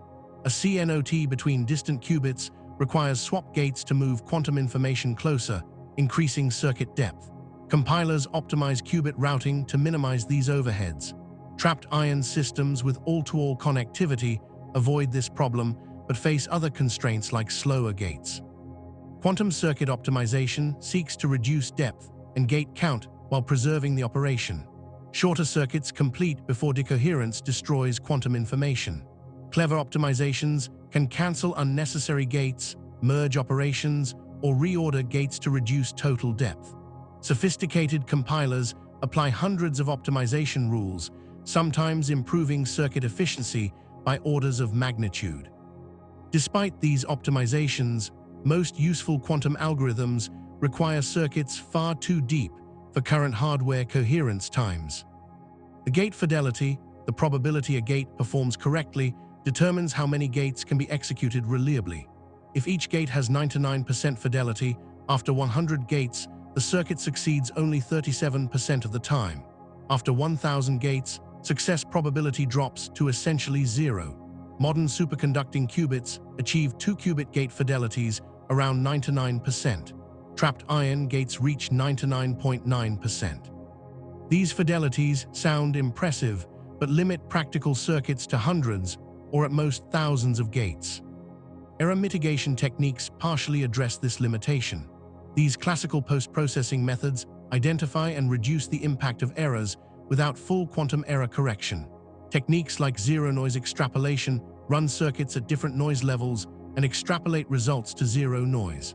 Probabilistic error cancellation applies inverse noise operations probabilistically. These methods extend the reach of noisy quantum computers but cannot enable arbitrary circuit depths. Only true error correction can break through the coherence limit and enable scalable quantum computing. But error correction requires understanding the deepest quantum algorithms that could benefit from it. The next chapter explores these algorithms that promise to break the foundations of modern computing. Chapter 10: Quantum Algorithms that Break Reality. The true power of quantum computers emerges not from faster execution of classical algorithms, but from entirely new approaches to solving problems. Quantum algorithms exploit superposition and interference in ways that have no classical equivalent. They tackle problems where the solution space grows exponentially with problem size, situations where classical computers drown in possibilities, while quantum computers navigate the landscape through quantum parallelism. The most famous quantum algorithms threaten modern cryptography, promise molecular simulation, and demonstrate computational capabilities that seem to violate the fundamental limits of classical information processing. Peter Shor's factoring algorithm stands as the crown jewel of quantum computing. Published in 1994, Shor's algorithm provides an exponential speedup over the best-known classical factoring methods. The problem is deceptively simple. Given a composite number n, find its prime factors. For small numbers, this is trivial. 63 equals 9 times 7. But as numbers grow larger, factoring becomes brutally difficult. The number of possible factor combinations grows exponentially with the number of digits. Classical algorithms must essentially try many possibilities, and no clever mathematical trick avoids this exponential search for general numbers. Modern encryption relies on this difficulty. The RSA cryptosystem multiplies two large prime numbers, each containing hundreds of digits, to create a public key. The prime factors remain secret. Anyone can use the public key to encrypt messages, but only someone who knows the factors can decrypt them. As long as factoring remains hard, the system remains secure. Choosing primes large enough defeats classical computers for centuries. A 1,000-digit number would take classical supercomputers longer than the age of the universe to factor using known algorithms. Shor's algorithm shatters this security. A quantum computer with a few thousand error-corrected qubits could factor 1,000-digit numbers in hours or days. The algorithm does not directly find factors. Instead, it transforms factoring into a different problem, finding the period of a modular exponential function. This transformation relies on number theory results proven long before quantum computing existed. The quantum advantage appears in solving the period finding problem. The period finding step works as follows. Choose a random number less than n, compute a to the power modulo n for different values of x. This function is periodic. After some number of steps r, the pattern repeats. The value r is the period. Finding r using classical methods requires evaluating the function at many points until the period emerges. For large n, this takes exponential time. Quantum computers find the period efficiently using the quantum Fourier transform. The quantum Fourier transform is the quantum analog of the discrete Fourier transform used in signal processing. It decomposes a quantum state into frequency components, revealing periodic structure. The algorithm begins by creating a superposition of all possible input values. This superposition represents exponentially many values simultaneously. A quantum circuit evaluates the modular exponential function on all these inputs in parallel, creating an entangled state encoding all the function values. Applying the quantum Fourier transform to this state extracts the period through interference. The periodic structure of the function means certain frequency components have large amplitudes while others cancel out. Measuring the transformed state gives a value related to the period with high probability. Classical post-processing converts this measurement into the actual period. Once r is known, classical number theory methods extract factors of n from r and are with high probability. Repeating the algorithm a few times ensures success. The elegance of Shor's algorithm lies in using quantum parallelism to evaluate an exponential number of function values simultaneously, then using interference to extract global structure. The quantum Fourier transform creates constructive interference for the periodic signal and destructive interference for everything else. This delicate balance between parallelism and interference epitomizes quantum algorithm design. The result is an exponential speedup that threatens all cryptography based on factoring or related problems like discrete logarithms. Grover's search algorithm provides a different type of quantum advantage. While Shor's algorithm offers exponential speedup for specific structured problems, Grover's algorithm provides quadratic speedup for unstructured search. The problem is finding a marked item in an unsorted database of n items. Classically, you must check items one by one, requiring n divided by 2 checks on average. Grover's algorithm finds the marked item in roughly the square root of n quantum operations. The quadratic speedup is smaller than Shor's exponential advantage, but applies more broadly. Any problem that can be formulated as searching for a solution among many possibilities potentially benefits. Grover's algorithm was proven optimal. No quantum algorithm can search an unstructured database faster than square root of n time. This establishes a fundamental limit on quantum search, just as n operations limit classical search. Grover's algorithm uses amplitude amplification. Start with a superposition of all possible database items. Initially, all items have equal amplitude, The marked item is hidden in this uniform superposition. Grover's algorithm repeatedly applies two operations. First, an oracle function flips the phase of the marked item's amplitude. Second, a diffusion operator inverts all amplitudes around their average. These operations together rotate the quantum state toward the marked item. Each iteration of Grover's algorithm increases the amplitude of the correct answer while decreasing amplitudes of wrong answers. After roughly the square root of n iterations, the marked item's amplitude approaches 1 while others approach 0. Measuring the state gives the correct answer with high probability.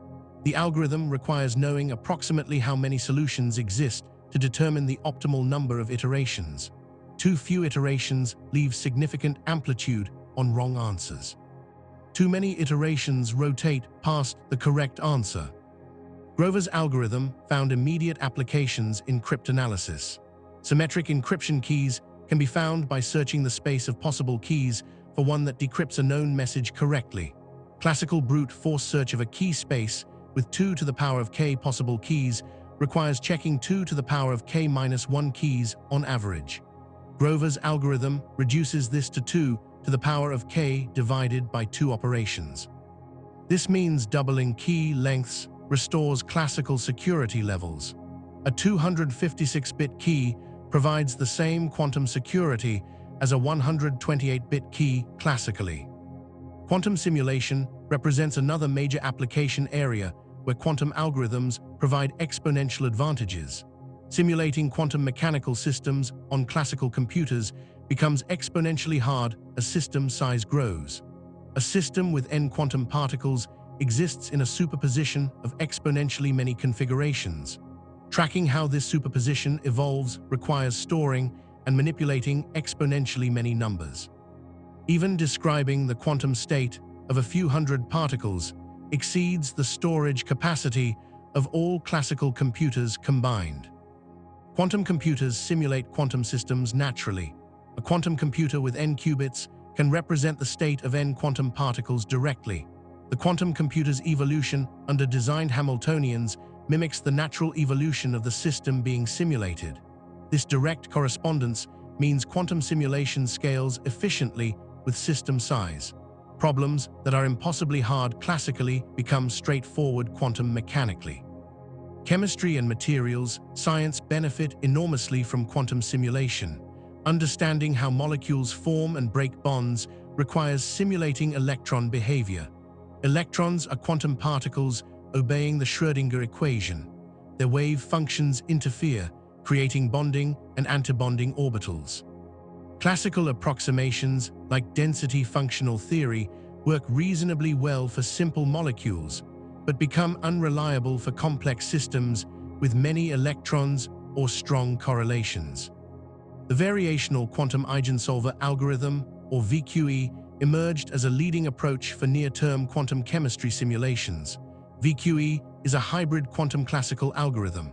The quantum computer prepares trial quantum states representing possible molecular configurations.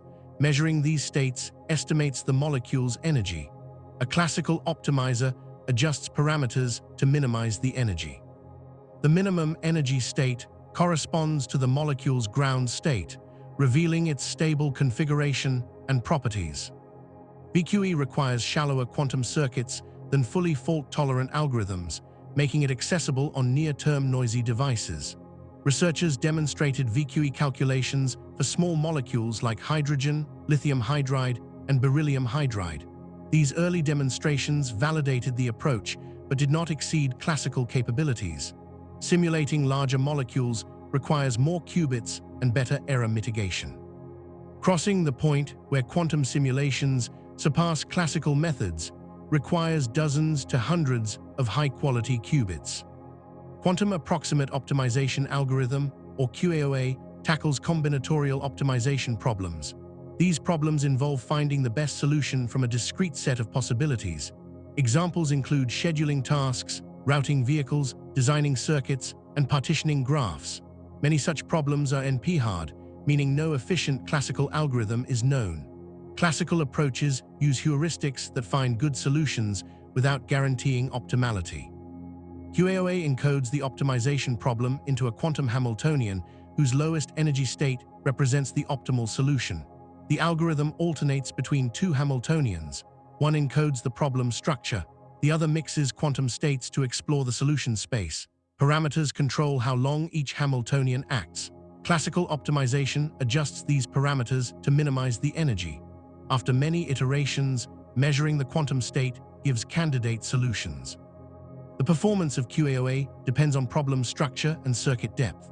For some problems, QAOA provably outperforms random guessing even with shallow circuits.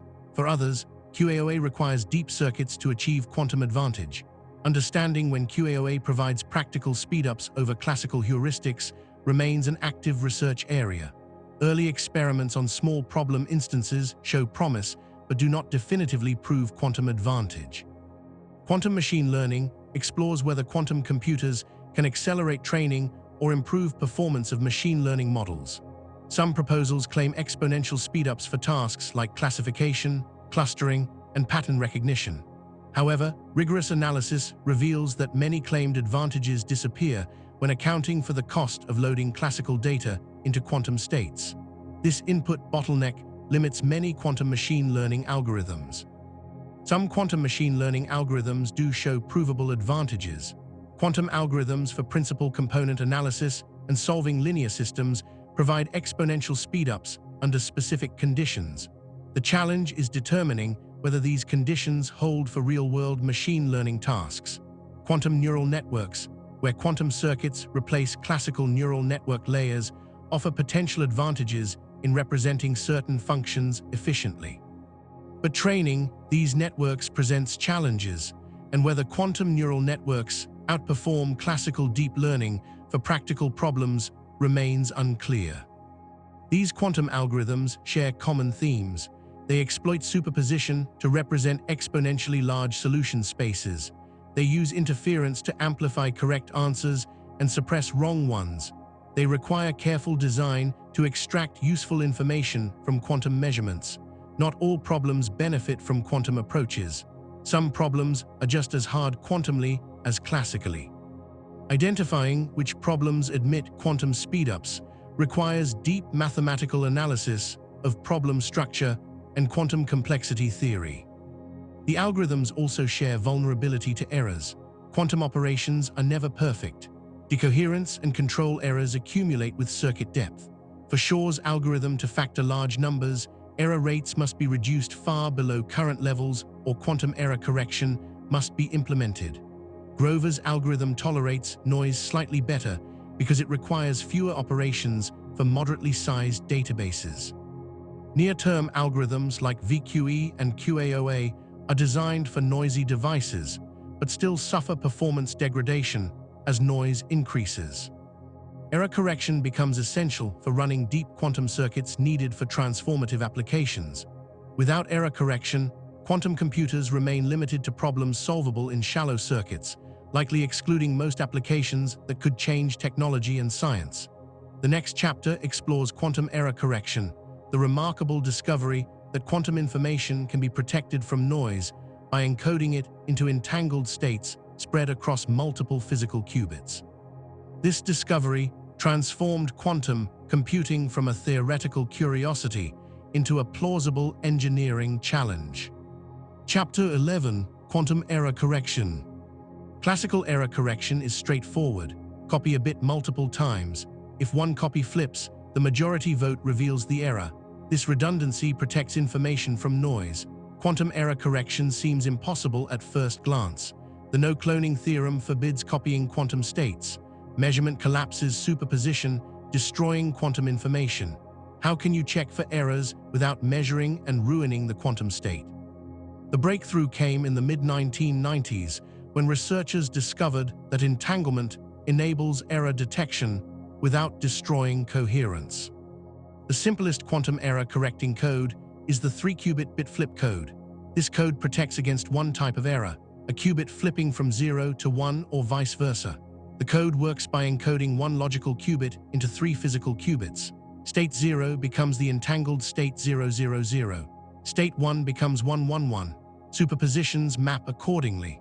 The state alpha 0 plus beta 1 becomes alpha 000 plus beta 111. Now suppose one of the three physical qubits flips due to an error. The state 000 might become 100 or 010 or 001. These three error states are distinct and distinguishable from the correct state. To detect which qubit flipped, measure the parity of pairs of qubits. Compare the first and second qubits. Compare the second and third qubits. These parity measurements reveal which qubit differs from the others, without revealing whether the state encodes logical 0 or logical 1.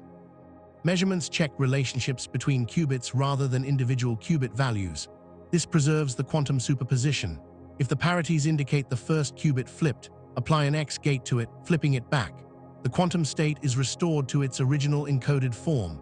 The logical information, the superposition of logical 0 and logical 1, survives the error and correction process. This remarkable property distinguishes quantum error correction from classical error correction. The 3-qubit code protects against bit flip errors, but not phase flip errors, where the relative phase between 0 and 1 changes. A separate 3-qubit phase flip code handles phase errors. It encodes 0 as plus plus plus and 1 as minus minus minus, where plus and minus are superposition states. Phase flips in the encoded basis map to bit flips in the superposition basis. Measuring parities in the superposition basis detects and corrects phase errors. Combining the bit flip and phase flip codes creates the 9-qubit Shor code that protects against arbitrary single qubit errors. The encoding uses 9 physical qubits to store 1 logical qubit. Any error affecting just one of the 9 physical qubits can be detected and corrected. The 9-qubit code can correct arbitrary errors because any single qubit error can be decomposed into bit flip and phase flip components. Correcting both components fixes the error completely. 9 physical qubits to encode 1 logical qubit seems like enormous overhead. Can we do better? Andrew Steen discovered a 7-qubit code in 1996 that also corrects arbitrary single qubit errors. The 7-qubit Steen code is more efficient than Shor's 9-qubit code, but requires more complex encoding and decoding circuits. Other codes achieve different trade-offs between the number of physical qubits needed and the types and numbers of errors correctable. The theory of quantum error correction developed rapidly in the late 1990s. Researchers proved fundamental theorems about what is possible. The threshold theorem states that if physical qubit error rates fall below a certain threshold, and if gates can be performed in parallel, then arbitrarily long quantum computations can be performed reliably using error correction. Above the threshold, errors accumulate faster than correction can fix them. Below the threshold, error correction wins and quantum information can be preserved indefinitely. The threshold value depends on the specific error correction code and implementation details. Early estimates suggested thresholds around 1 error per million operations. More sophisticated codes and protocols raised the threshold to around 1 error per 1,000 or 1 error per 100 operations. The highest thresholds, approaching 1%, come from surface codes and related topological codes. These codes arrange qubits in 2-dimensional grids with local interactions, matching the connectivity of superconducting and other physical platforms. Surface codes became the leading candidate for practical quantum error correction. Proposed in 1998 and refined over subsequent decades, surface codes encode logical qubits into 2-dimensional lattices of physical qubits. A distance 3 surface code uses 17 physical qubits to encode 1 logical qubit and can correct any single qubit error. A distance 5 code uses 49 physical qubits and corrects 2 errors. Larger codes protect against more errors, with the number of correctable errors proportional to the code distance. Error correction works by repeatedly measuring stabilizers, observables that check whether the quantum state remains in the code space. These measurements produce syndromes indicating what errors occurred without revealing the encoded information. A classical decoder processes the syndrome data and determines what corrections to apply. The measurements must be performed faster than errors accumulate. This requires continuous syndrome extraction throughout the computation, demanding significant classical processing power and fast feedback. Implementing quantum error correction experimentally proved extraordinarily challenging. Early demonstrations in the 2000s used NMR and ion trap systems with just a few qubits. These experiments verified basic concepts but could not scale. Superconducting qubit systems achieved the first significant demonstrations in the 2010s. Researchers showed that repeatedly correcting errors extends the lifetime of encoded quantum states beyond the lifetime of individual physical qubits. 2021, researchers at Google demonstrated suppression of logical error rates using surface code error correction on their superconducting processor. The experiment showed that a larger code with more physical qubits had lower logical error rates than a smaller code, confirming that error correction works in principle. The logical error rates remained too high for practical computation, but the trend was correct. Larger codes performed better, validating decades of theoretical predictions. Microsoft announced a breakthrough in 2024, demonstrating error correction that reduced error rates by a factor of 800 using the Shor code. This achievement brought error rates closer to levels needed for practical fault-tolerant computation.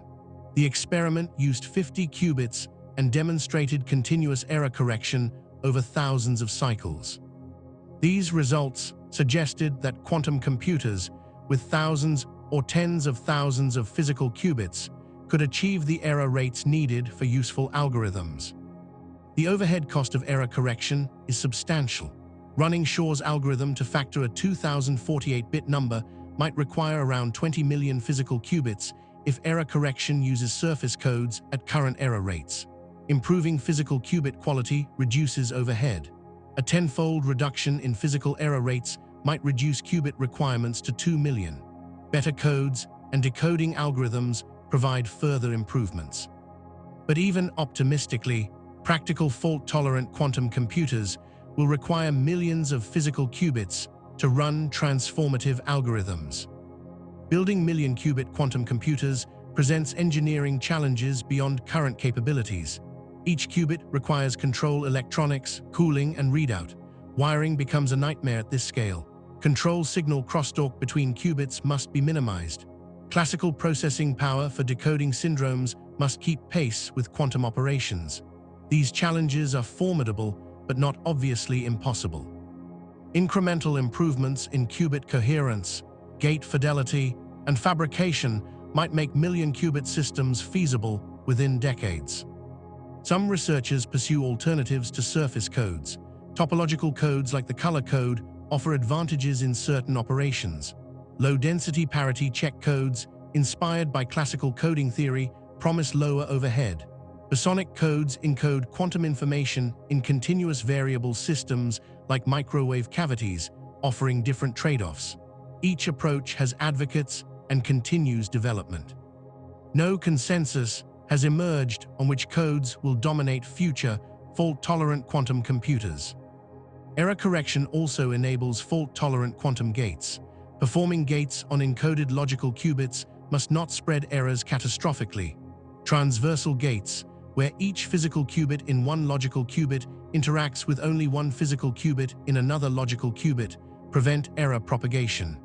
Unfortunately, no universal gate set is entirely transversal for any error-correcting code. This no-go theorem forces use of non-transversal gates for some operations, requiring careful protocols to maintain fault tolerance. Magic state distillation solves this problem by preparing special quantum states that enable non-transversal gates. These magic states are prepared using error correction, distilled to high fidelity, and consumed to perform fault-tolerant gates. Magic state distillation is expensive, requiring many physical qubits and many syndrome measurements to produce each high-quality magic state. This overhead dominates resource requirements for many fault-tolerant algorithms. Improving magic state distillation efficiency is crucial for reducing qubit costs. Quantum error correction transformed quantum computing from impossible to merely extraordinarily difficult. Theoretical proofs that error correction works below threshold gave confidence that scalable quantum computers are possible in principle. Experimental demonstrations validated key concepts. The path forward requires better physical qubits, larger systems, improved control, and sophisticated classical processing. Each component is challenging, but progress continues. The next chapter examines a moment when quantum computers crossed a symbolic threshold, performing a calculation beyond the reach of classical supercomputers. This milestone, quantum supremacy, demonstrated that quantum computers are not merely theoretical curiosities, but functional devices outperforming conventional machines. Chapter 12: Quantum Supremacy and the Sycamore Breakthrough. October 23, 2019 marked a historic moment in computing. Google announced that its quantum processor Sycamore had achieved quantum supremacy. The Sycamore chip, containing 53 superconducting qubits, performed a calculation in 200 seconds that Google estimated would take the world's most powerful supercomputer 10,000 years. The claim sparked immediate controversy. IBM disputed the 10,000-year estimate, arguing an optimized classical algorithm could solve the problem in 2.5 days. Regardless of the exact classical runtime, quantum computers had crossed a threshold. They could perform tasks beyond practical reach of conventional machines. The term quantum supremacy was coined by physicist John Preskill in 2012 to describe the point where quantum computers solve problems infeasible for classical computers. The definition does not require the problem to be useful. Supremacy can be demonstrated on any task where quantum advantage is clear. This contrasts with quantum advantage, which typically refers to speedups on practical problems. Supremacy is a scientific milestone proving quantum computers work. Advantage is an economic milestone where quantum computers provide commercial value. Google's experiment used random circuit sampling. The task involves executing random quantum circuits and measuring the output. Each circuit applies sequences of random gates to qubits, creating complex entangled states. Measuring all qubits produces a random bit string. Different circuits produce different probability distributions over possible bit strings. The goal is sampling from these distributions. Verifying the samples match the expected distribution requires computing what the distribution should be. This computation is exponentially hard for classical computers as circuit depth increases. The Sycamore processor implemented circuits with 53 qubits and depth around 20 gates. Each qubit connected to its nearest neighbors in a two-dimensional grid. The circuits used single qubit rotations and 2-qubit entangling gates. The specific pattern of gates was chosen randomly for each circuit instance. The processor executed over 1 million circuit instances, collecting samples from each. The samples were compared to expected distributions, computed classically for verification. Google estimated that simulating these circuits on the Summit supercomputer, the most powerful classical computer at the time, would require 10,000 years. This estimate assumed Summit would use 250 petabytes of memory to store the quantum state. The calculation considered the need to track entanglement between all 53 qubits, requiring 2 to the power of 53 complex numbers. Updating this state as gates are applied requires exponentially many operations. Google's quantum processor avoided this exponential cost by directly implementing the quantum evolution. IBM researchers challenged the estimate within days. They proposed an algorithm that leverages Summit's enormous storage capacity more cleverly. Instead of storing the full quantum state, the algorithm stores partial information and reconstructs needed values on demand. This approach trades computation time for reduced memory usage. IBM estimated this method could complete the calculation in 2.5 days, not 10,000 years. Google's supremacy claim was questioned but not entirely refuted. Even 2.5 days on a supercomputer versus 3.5 minutes on the quantum processor represents a substantial quantum advantage. The controversy highlighted how quantum supremacy depends on comparing quantum and classical approaches fairly. Quantum computers execute certain operations naturally. Classical computers must simulate these operations, and clever classical algorithms can sometimes perform better than naive simulations.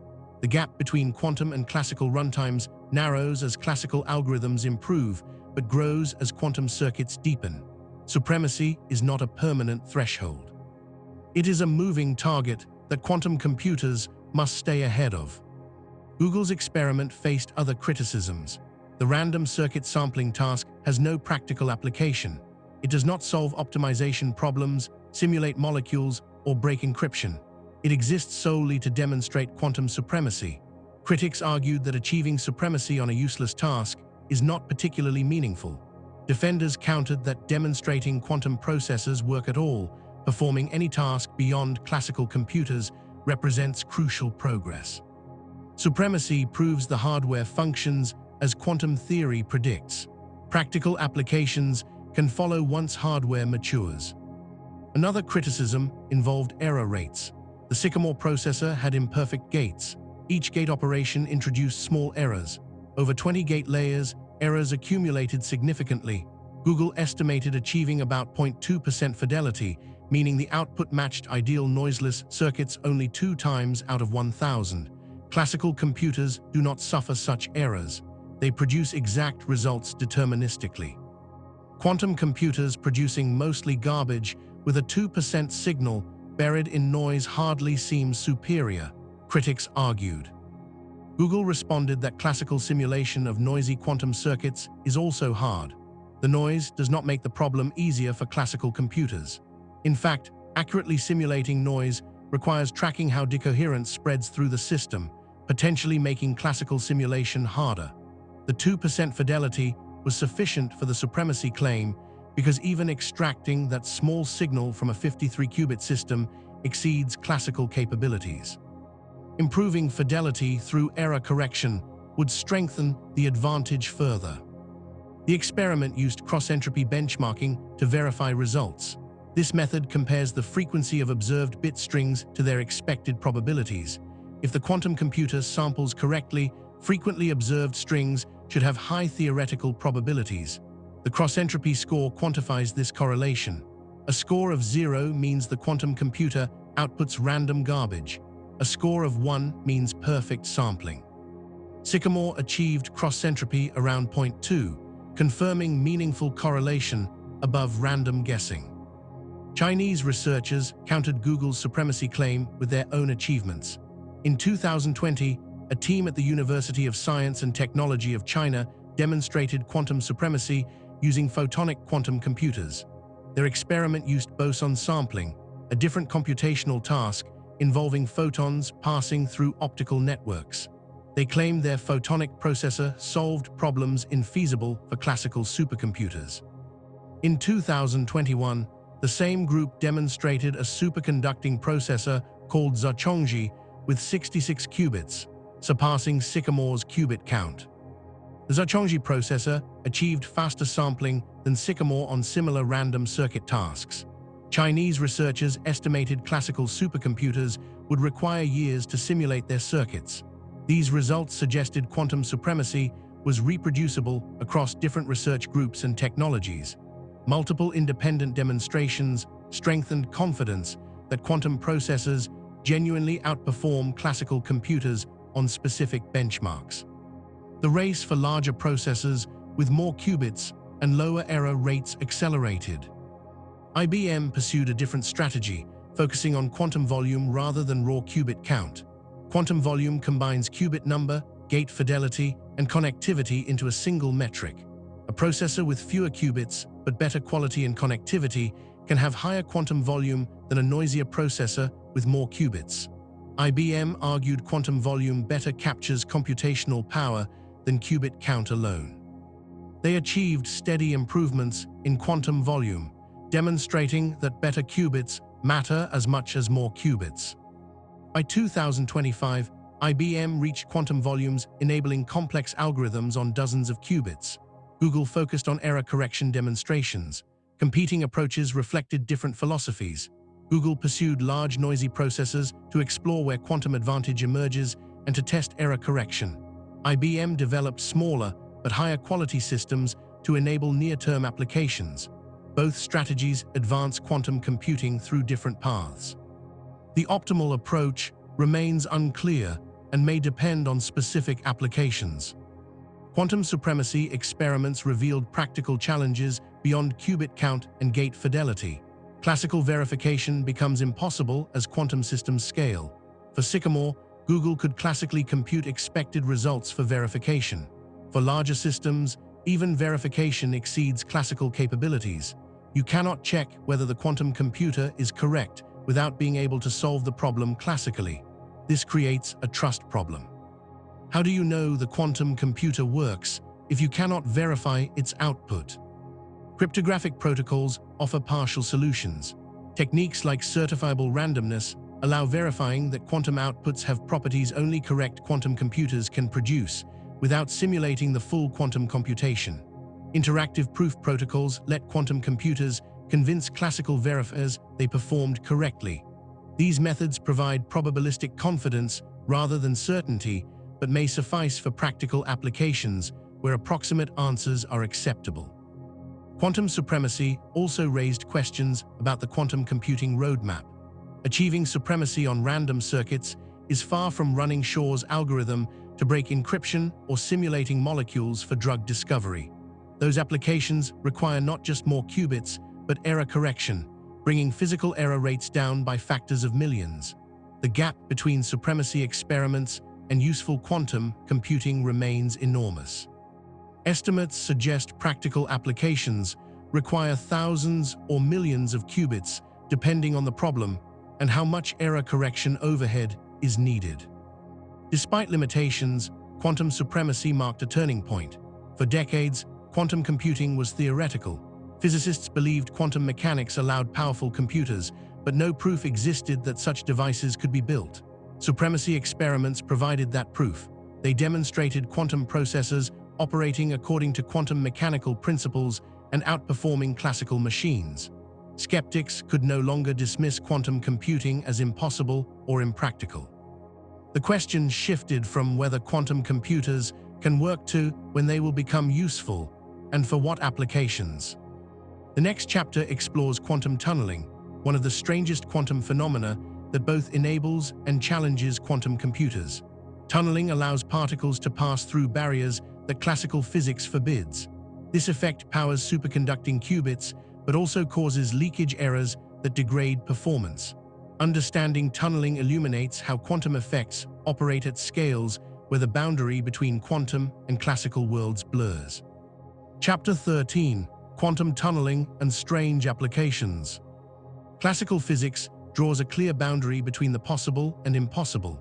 A ball rolling toward a hill stops if it lacks enough energy to reach the top.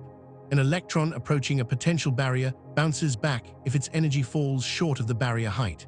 These intuitive rules govern the macroscopic world of everyday experience, but quantum mechanics erases these boundaries. Particles can appear on the other side of barriers they should never cross. This phenomenon, quantum tunneling, represents one of nature's most counterintuitive behaviors.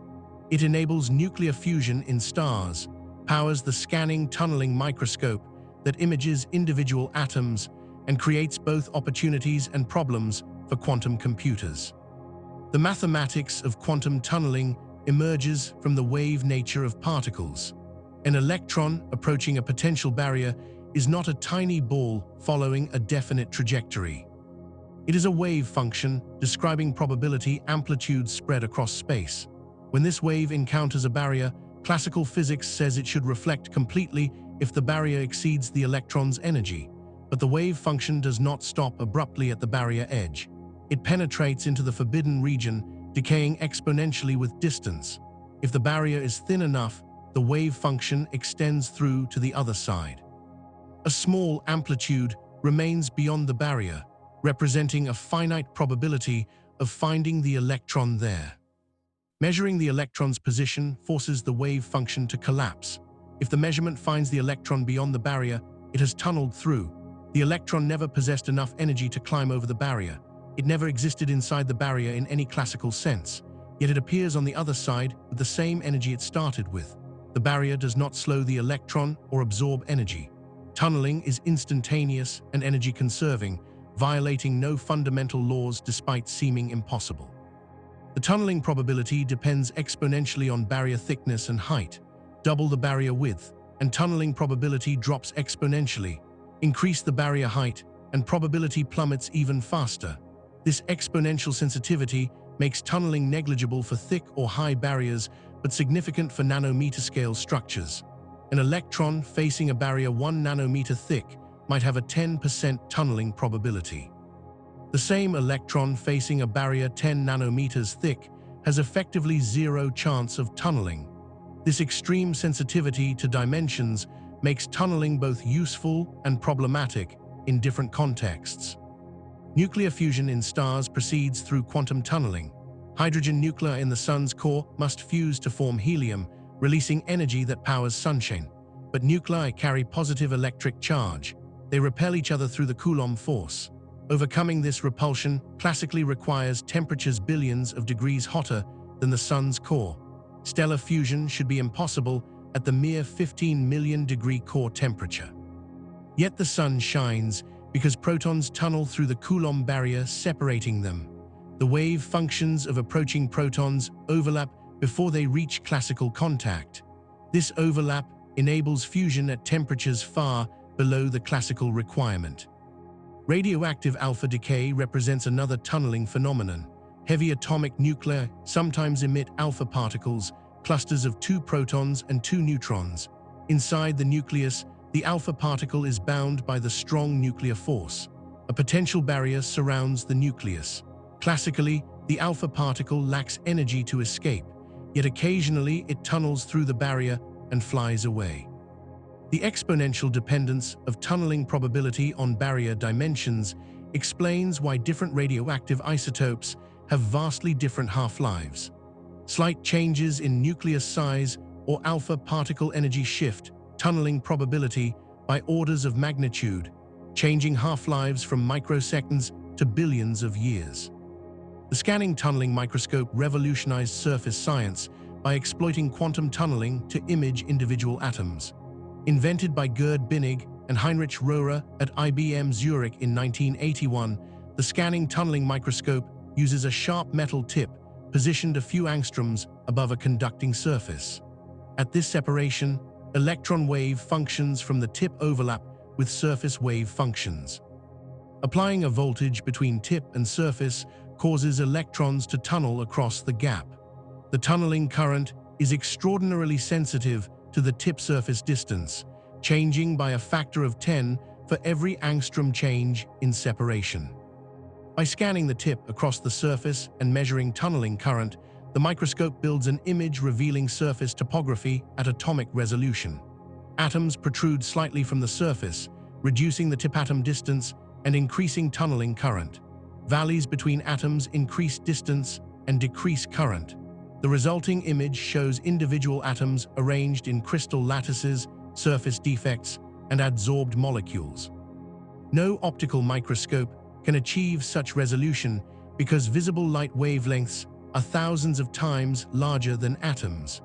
Tunneling microscopes bypass diffraction limits by using electrons with much shorter de Broglie wavelengths. Scanning tunneling microscopes do more than image. They can manipulate individual atoms. Researchers at IBM demonstrated this spectacularly in 1989 by arranging 35 xenon atoms on a nickel surface to spell IBM in letters 5 nanometers tall. The technique involves positioning the tip above an atom, increasing voltage to strengthen the tip-atom interaction, moving the tip while the atom follows, then releasing the atom at the desired location. This atomic-scale manipulation opened the field of nanotechnology, enabling construction of structures atom by atom. Flash memory in USB drives and solid-state disks relies on quantum tunneling to store information. Each memory cell contains a floating gate, a conducting island surrounded by insulating oxide layers. Electrons tunnel onto the floating gate when a high voltage is applied, becoming trapped there when voltage is removed. The presence or absence of trapped charge represents stored bits. Reading involves sensing whether charge occupies the gate. Writing requires tunneling electrons on or off the gate. The oxide barriers in flash memory are engineered carefully. They must be thin enough to allow tunneling during write operations, which take microseconds, but thick enough to prevent tunneling during storage, which should last years. This balance is delicate. As flash memory manufacturers shrink memory cells to fit more storage on chips, barriers become thinner and unwanted tunneling increases. Charge leaks off floating gates over time, limiting data retention. This fundamental trade-off between write speed and retention time constrains flash memory scaling. Josephson junctions, the building blocks of superconducting qubits, function through tunneling. A Josephson junction consists of two superconducting electrodes separated by a thin insulating barrier. Cooper pairs, the bound electron pairs responsible for superconductivity, tunnel quantum mechanically through the barrier. This creates a supercurrent that flows without resistance. The current depends sinusoidally on the quantum phase difference across the junction. This nonlinear current phase relationship enables Josephson junctions to act as artificial atoms with quantized energy levels suitable for qubits. Tunnel diodes use tunneling to create components with unusual electrical properties. In a heavily doped semiconductor junction, the conduction band of one side overlaps the valence band of the other. Electrons tunnel between these bands, creating a current that decreases as voltage increases in certain ranges. This negative resistance enables tunnel diodes to amplify signals and oscillate at extremely high frequencies. Tunnel diodes were popular in microwave circuits in the 1960s before being displaced by transistors for most applications. They remain useful in specialized roles requiring high-frequency operation or low-noise amplification. Quantum tunneling creates problems for classical transistors as they shrink. Modern transistors have channels a few nanometers wide. At these dimensions, electrons tunnel through the gate oxide and through the channel itself, even when the transistor should be off. This leakage current wastes power and limits further miniaturization. Engineers use high-K dielectrics, materials with high dielectric constants, to create thicker physical barriers with the same electrical thickness. This reduces tunneling while maintaining gate control. But as transistors approach atomic dimensions, tunneling becomes unavoidable. This fundamental limit constrains Moore's law and motivates the search for alternatives like quantum computing. For quantum computers, tunneling is both essential and problematic. Superconducting qubits require Josephson tunneling to create the nonlinear elements that enable quantum behavior. Without tunneling, superconducting circuits would be linear resonators, not qubits. Yet unwanted tunneling destroys quantum information.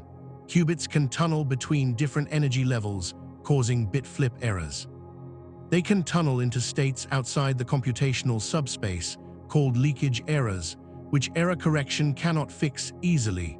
Minimizing unwanted tunneling while preserving desired tunneling requires precise engineering of junction properties and qubit designs. Tunneling rates in superconducting qubits depend on the energy landscape. Qubits are designed so the energy barrier between computational states is low, enabling rapid tunneling driven by control pulses, but barriers to higher energy states must be high to suppress leakage. The challenge is creating anharmonic energy levels where the spacing between ground and first excited states differs from the spacing between first and second excited states. This anharmonicity allows addressing transitions selectively without exciting unwanted levels. Josephson junctions provide the necessary anharmonicity through their nonlinear inductance. Quantum tunneling also affects quantum annealing systems. These devices find solutions to optimization problems by slowly evolving from an easy initial state to a final state encoding the problem. The evolution ideally follows the ground state, the lowest energy configuration, but sometimes the system encounters energy barriers separating the current state from the global minimum. Classical systems get stuck in local minima. Quantum annealers tunnel through barriers, potentially finding better solutions. Whether this quantum tunneling provides practical advantages over classical optimization algorithms remains debated. Results depend on problem structure and how barriers scale with problem size. The ubiquity of quantum tunneling reveals how deeply quantum mechanics permeates even macroscopic technology. Effects once considered exotic laboratory curiosities now enable commercial products used by billions. Flash memory, magnetic resonance imaging, semiconductor manufacturing all rely on tunneling. As devices shrink toward atomic scales, quantum effects transition from nuisance to necessity. Engineers no longer fight quantum mechanics, they harness it. Quantum computers represent the ultimate expression of this shift, devices where quantum tunneling and other quantum phenomena are not side effects to minimize, but central features to exploit. The next chapter explores how companies and governments worldwide are racing to build practical quantum computers and what breakthroughs the leading efforts have achieved. Chapter 14: The Quantum Computing Race. Quantum computing has evolved from academic curiosity to multi-billion-dollar industry in less than 2 decades. Companies from technology giants to nimble startups invest heavily in developing quantum hardware, software, and applications. Governments recognize quantum computing as strategic technology, funding research programs with budgets reaching billions. The race accelerates as researchers push toward quantum advantage on practical problems. Different approaches compete for dominance. Superconducting qubits, trapped ions, photonics, and exotic alternatives each claim advantages. No consensus has emerged on which technology will win or whether different platforms will dominate different applications. IBM has pursued quantum computing longer than almost any company. Since the 1990s, IBM researchers contributed fundamental breakthroughs in quantum algorithms, error correction, and superconducting qubit design. In 2016, IBM launched the Quantum Experience, providing cloud access to real quantum processors for researchers, educators, and enthusiasts worldwide. This bold move democratized access to quantum hardware, enabling thousands of users to experiment with quantum algorithms without building their own systems. IBM's quantum roadmap emphasizes steady progress toward useful quantum computing. In January 2026, IBM announced the Nighthawk processor, a 120-qubit system with enhanced connectivity and lower error rates. Nighthawk increases qubit connectivity by over 20% compared to previous IBM processors, enabling circuits with up to 5,000 2-qubit gates. IBM projects that successive iterations will support 7,500 gates by 2026, 10,000 gates by 2027, and 15,000 gates by 2028, when systems could scale to 1,000 interconnected qubits. IBM targets achieving quantum advantage by the end of 2026. The company defines advantage as demonstrable speedups over classical computing on practical problems like materials simulation and optimization. This ambitious goal requires not just better hardware but sophisticated software tools that compile algorithms efficiently and error mitigation techniques that extract accurate results from noisy processors. IBM's Qiskit software framework provides tools for algorithm development, circuit optimization, and error mitigation. Thousands of researchers use Qiskit to explore quantum algorithms and prepare for the moment when quantum advantage becomes routine. Google Quantum AI follows a different strategy, pursuing larger processors with aggressive timelines for error correction demonstrations. After achieving quantum supremacy with the 53-qubit Sycamore processor in 2019, Google announced the Willow chip in December 2024. Willow contains 105 superconducting qubits and demonstrates exponential error suppression as code size increases, a major milestone toward fault-tolerant quantum computing. In random circuit sampling benchmarks, Willow performed calculations in minutes that would take classical supercomputers 10 septillion years, a number vastly exceeding the age of the universe. Google's achievement with Willow validated theoretical predictions about quantum error correction. Increasing the number of physical qubits used in error correction codes reduced logical error rates rather than increasing them. This sounds obvious, but represents a profound engineering challenge. More qubits mean more sources of errors and crosstalk. Making error correction actually work requires each additional qubit to contribute more to error suppression than it adds in new errors. Google's result proved this threshold has been crossed, confirming that scalable error-corrected quantum computers are feasible. Intel approaches quantum computing from a semiconductor manufacturing perspective. Leveraging decades of expertise in silicon fabrication, Intel develops silicon spin qubits. These qubits use the spin of individual electrons trapped in quantum dots etched into silicon chips. Silicon spin qubits are tiny, potentially allowing millions of qubits on a single chip using conventional semiconductor manufacturing. Intel argues this scalability advantage outweighs the challenges of operating at even lower temperatures than superconducting qubits require. The company's Horse Ridge cryogenic control chip integrates classical control electronics near the qubits, reducing wiring complexity. Microsoft pursues topological quantum computing based on Majorana fermions, exotic quasiparticles that could enable qubits with intrinsic error protection. Topological qubits store information in global properties of the system rather than local states of individual particles. This makes them immune to many error sources that plague conventional qubits. However, creating and manipulating Majorana fermions proved far more difficult than initially hoped. After years of research, Microsoft shifted strategy in recent years, developing a hybrid approach combining conventional qubits with topological error correction codes. In 2024, Microsoft demonstrated error rates reduced by a factor of 800 using the Shor code, bringing practical fault-tolerant quantum computing closer to reality. IonQ and Honeywell Quantum Solutions, now merged as Quantinuum, focus on trapped ion technology. IonQ went public in 2021, becoming the first publicly traded pure-play quantum computing company. IonQ systems achieve gate fidelities exceeding 99.9%, among the highest in the industry.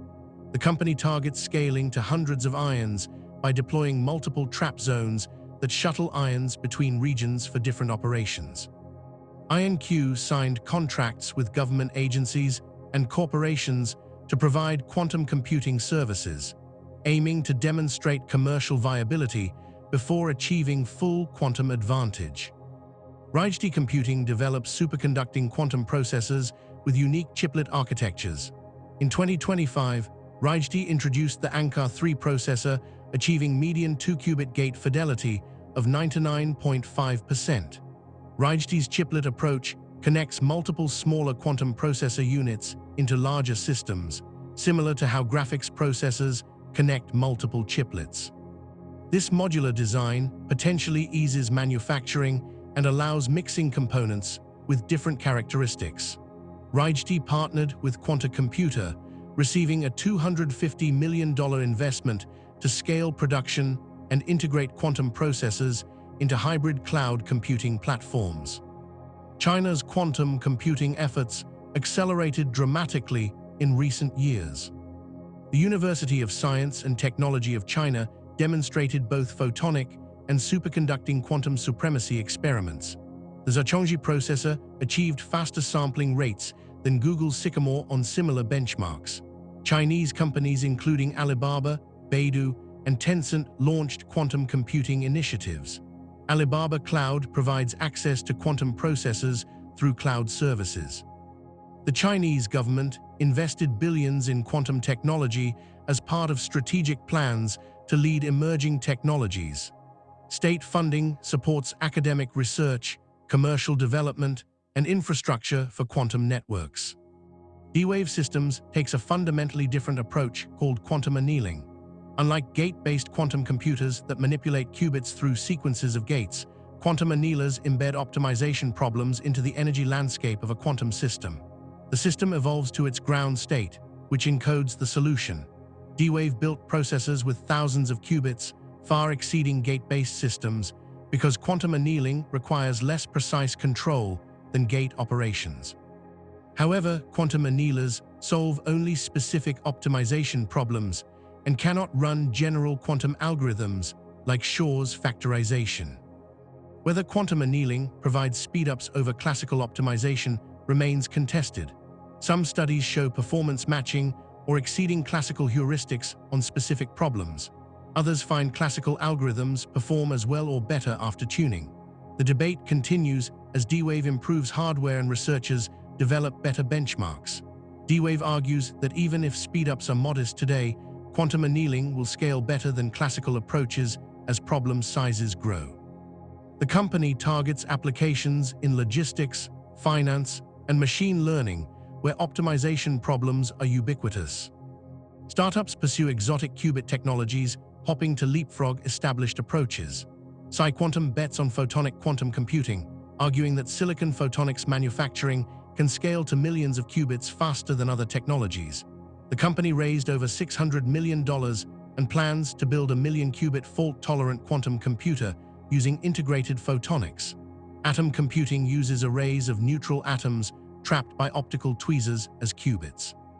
Neutral atoms combine advantages of ions, such as long coherence and high-fidelity gates, with easier scalability because atoms do not repel electrostatically like ions. Government investments reflect recognition that quantum computing represents strategic technology. The United States National Quantum Initiative allocates over $1 billion to quantum research through 2023. The European Union's quantum flagship invests €1 billion over 10 years. China's investments likely exceed $5 billion. These programs fund basic research, technology development, and workforce training. Governments worry about falling behind in quantum capabilities, fearing adversaries could gain military or economic advantages. Quantum computing features prominently in discussions of technological competition between superpowers. The race extends beyond hardware to software and algorithms. Developing quantum algorithms that provide practical speedups requires deep understanding of both the problem domain and quantum mechanics. Companies specialize in quantum software, creating tools for algorithm development, circuit optimization, and error mitigation. Zapata Computing, Xanadu, 1Qubit, and others develop application-specific software for chemistry, finance, and machine learning. These companies partner with hardware providers and end users to identify problems where quantum advantage is achievable near-term. Standards and benchmarks emerge to compare quantum systems objectively. Quantum volume, proposed by IBM, combines qubit count, gate fidelity, circuit depth, and connectivity into a single metric. Cross-entropy benchmarking measures how well quantum samplers match expected probability distributions. Algorithmic benchmarks run specific algorithms like quantum Fourier transforms or variational algorithms and measure performance against classical simulations. These metrics help users evaluate which quantum platforms suit their applications, though debates continue about which metrics matter most. The quantum computing ecosystem now includes universities, national laboratories, technology giants, startups, investors, and users. Academic researchers develop algorithms and theoretical frameworks. National labs build prototype systems and explore applications in national security and energy. Technology companies commercialize quantum hardware and cloud services. Startups pursue novel approaches and niche applications. Venture capitalists invested over $3 billion in quantum computing startups through 2025. Corporations experiment with quantum computing to prepare for eventual quantum advantage and gain competitive edge. Workforce development challenges quantum computing growth. Designing quantum hardware requires expertise in physics, electrical engineering, and materials science. Developing quantum algorithms needs knowledge of quantum mechanics, computer science, and domain-specific problems. Few universities offer comprehensive quantum computing curricula. Companies struggle to recruit enough qualified personnel. Governments fund training programs to develop quantum workforces. Online courses teach quantum programming to thousands. Despite these efforts, talent shortages constrain how quickly the field can advance. The race has no clear finish line. Quantum advantage on narrow benchmarks has been claimed. Quantum advantage on practical problems seems achievable within years. But transformative applications like breaking encryption or discovering new drugs likely require fault-tolerant quantum computers with millions of physical qubits, systems that may take another decade or more to build. The path from today's noisy intermediate-scale quantum devices to those future systems remains uncertain. But momentum builds, investment increases, hardware improves, software matures. The quantum computing future that seemed speculative a decade ago feels increasingly inevitable. The final chapter explores what that future might hold and how quantum computers could reshape technology, science, and society. Chapter 15: The Future Beyond Physics. Quantum computers challenge our understanding of what is possible. They perform calculations by existing in multiple states simultaneously, leveraging quantum superposition to explore exponentially large solution spaces. They create correlations between distant particles through entanglement, correlations that seem to violate the principles of locality. They tunnel through barriers that classical physics forbids. These strange quantum phenomena, once confined to physics laboratories, now power machines that outperform the world's most powerful classical supercomputers on specific tasks. The journey from theoretical proposals in the 1980s to working quantum processors with hundreds of qubits represents one of the great technological achievements of the 21st century. But this journey has barely begun. The current state of quantum computing in January 2026 shows impressive progress and daunting challenges. Superconducting quantum processors contain over 100 qubits with gate fidelities approaching 99.9%. Trapped ion systems demonstrate coherence times exceeding seconds. Error correction experiments show that increasing the number of qubits used in codes actually reduces error rates, confirming that fault-tolerant quantum computing is achievable. Random circuit sampling demonstrates quantum processors solving problems beyond the practical reach of classical supercomputers. These milestones prove quantum computers work in principle and can outperform classical machines on carefully chosen benchmarks. Yet practical applications remain limited. The quantum advantage demonstrated so far involves tasks with no real-world utility. Random circuit sampling exists solely as a benchmark. It does not solve optimization problems, simulate molecules, or break encryption. Running algorithms that matter requires fault-tolerant quantum computers with millions of physical qubits implementing error correction continuously. Building such systems demands orders of magnitude improvement in qubit fabrication, control electronics, cryogenic cooling, and error correction overhead. Estimates suggest practical fault-tolerant quantum computers might arrive in the late 2020s or early 2030s, though timelines remain highly uncertain. Near-term applications focus on problems where modest quantum advantage provides commercial value. Quantum simulation of molecules for drug discovery represents a promising target. Classical computers struggle to simulate molecules with many electrons because the quantum state space grows exponentially with electron count. Quantum computers naturally represent these exponentially large state spaces. Even without full fault tolerance, quantum simulations could surpass classical methods for specific molecules relevant to pharmaceuticals, catalysis, or materials design. Companies in chemistry and materials science experiment with variational quantum algorithms on current hardware, preparing for the moment when quantum simulations become more accurate than classical approximations. Optimization problems in logistics, finance, and machine learning offer another near-term application area. Many important problems involve finding optimal solutions from combinatorial sets of possibilities. Portfolio optimization seeks the best mix of investments. Vehicle routing finds efficient delivery schedules. Machine learning trains models by optimizing parameters to minimize error. Quantum algorithms, like the quantum approximate optimization algorithm, could potentially find better solutions faster than classical heuristics for some problems. Whether quantum advantage materializes depends on problem structure and how well quantum algorithms exploit it. Current experiments show promise, but not yet definitive advantage. Long-term promise of quantum computing extends far beyond these near-term applications.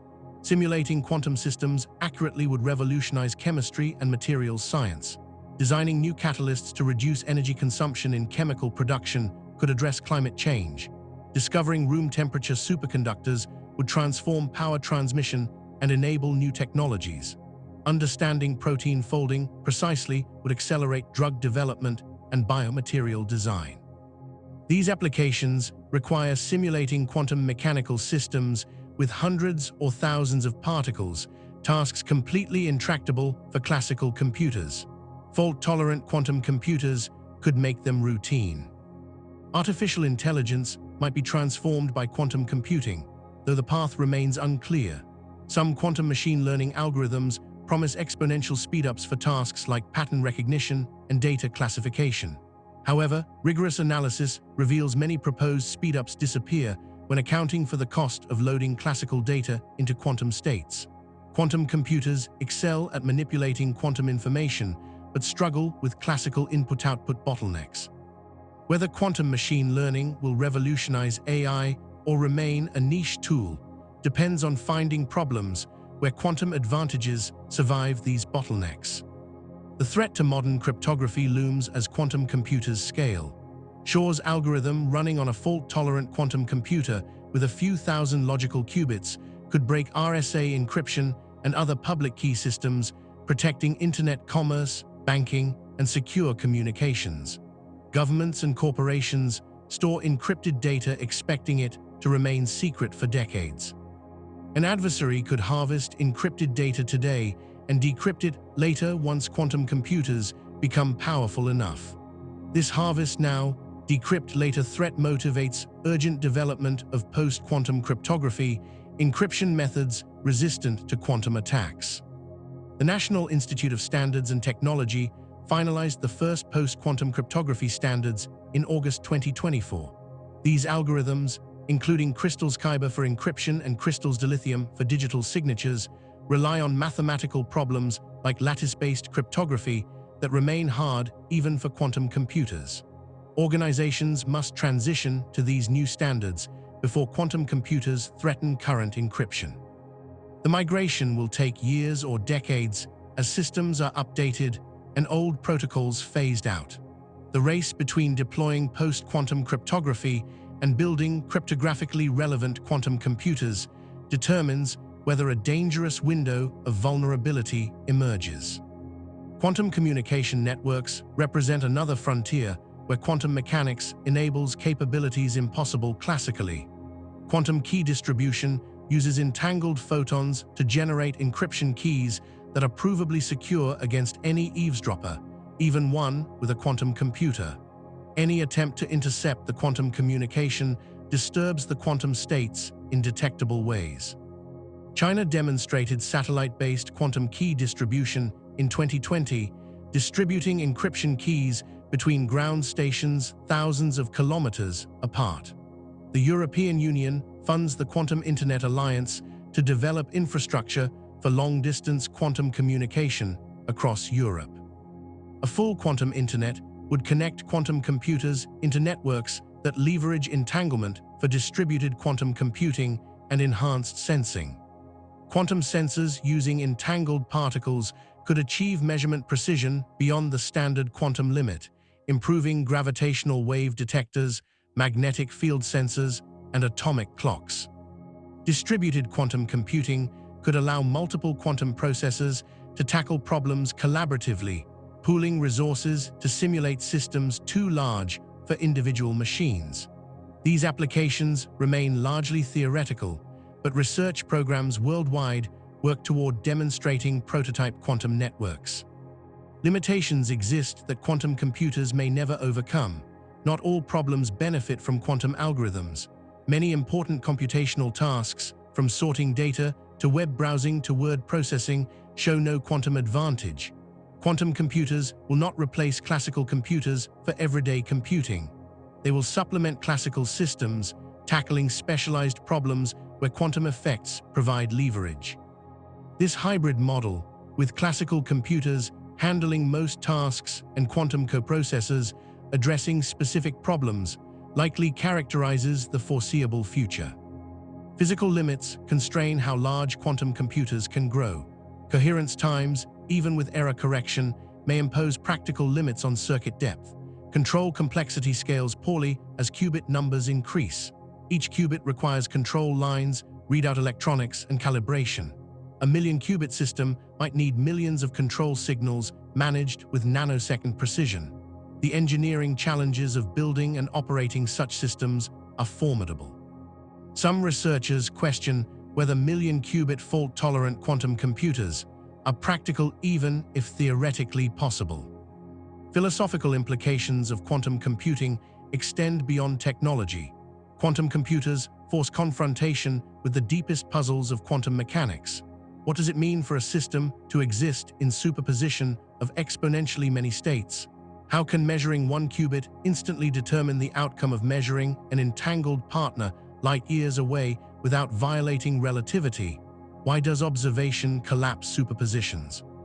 Quantum computing turns these abstract philosophical questions into engineering constraints that must be understood and managed. The answers, or lack thereof, shape what quantum computers can achieve. Some physicists speculate quantum computers might illuminate foundations of quantum mechanics. Running quantum algorithms on large systems could reveal new quantum phenomena or test interpretations of quantum theory. Others argue quantum computers simply exploit well-understood physics and will not answer foundational questions. Regardless, quantum computing represents the most ambitious effort to harness quantum mechanics for practical purposes. Success or failure will teach profound lessons about the boundary between the quantum and classical worlds. The coming decades will determine whether quantum computing fulfills its revolutionary promise or remains a specialized tool for narrow applications. Current trajectory suggests quantum advantage on practical problems will be demonstrated soon, likely within the next 5 years. Materials simulation, optimization, and machine learning seem most promising for early quantum advantage. Cryptanalysis will become feasible once quantum computers reach thousands of logical qubits, probably in the 2030s. Fully fault-tolerant quantum computers with millions of physical qubits might arrive in the 2040s, enabling transformative applications in drug discovery, artificial intelligence, and fundamental science. But these timelines are uncertain. Progress could accelerate if breakthroughs in qubit coherence or error correction reduce overhead dramatically, or progress could stall if fundamental obstacles emerge that current approaches cannot overcome. The diversity of technologies being pursued, superconducting qubits, trapped ions, photonics, topological qubits, suggests the field hedges against any single approach failing. Whichever technology succeeds, the implications will be profound. Quantum computers represent humanity's effort to harness the deepest laws of physics for computation. Classical computers, for all their power, operate according to intuitive rules. Information flows through circuits, bits hold definite values, cause precedes effect. Quantum computers abandon these certainties. Information exists in superposition across exponentially many possibilities. Measuring destroys what you seek to learn. Particles correlate instantaneously across arbitrary distances. These strange properties, far from being obstacles, become the resources that enable quantum advantage. We stand at the beginning of the quantum computing age. The machines exist today are primitive prototypes compared to what will come, but they prove the concept works. Quantum mechanics, once a theory describing atomic behavior, now powers computers that challenge the capabilities of any classical machine. The journey from Max Planck quantizing energy in 1900 to Google demonstrating quantum supremacy in 2019 spanned 119 years. The next 100 years will reveal what quantum computers can truly accomplish. The implications extend beyond faster calculations or new technologies. Quantum computing represents a philosophical shift in how we relate to physical reality. It forces acknowledgement that the universe operates according to rules that seem absurd from a classical perspective. Superposition, entanglement, and tunneling are not glitches or limitations. They are fundamental features of nature that we can exploit if we understand them deeply enough. Quantum computers are machines that make the impossible possible by embracing the counterintuitive truth that reality is stranger than we imagined. If this journey through quantum computing has expanded your understanding of what physics allows and what computers might become, take a moment to like this video and subscribe to the channel. The quantum revolution is just beginning, and there is much more to explore. The future belongs to those who can think beyond classical limits and harness the full weirdness of quantum mechanics. The age of quantum computing is here. What we do with it will shape the coming century.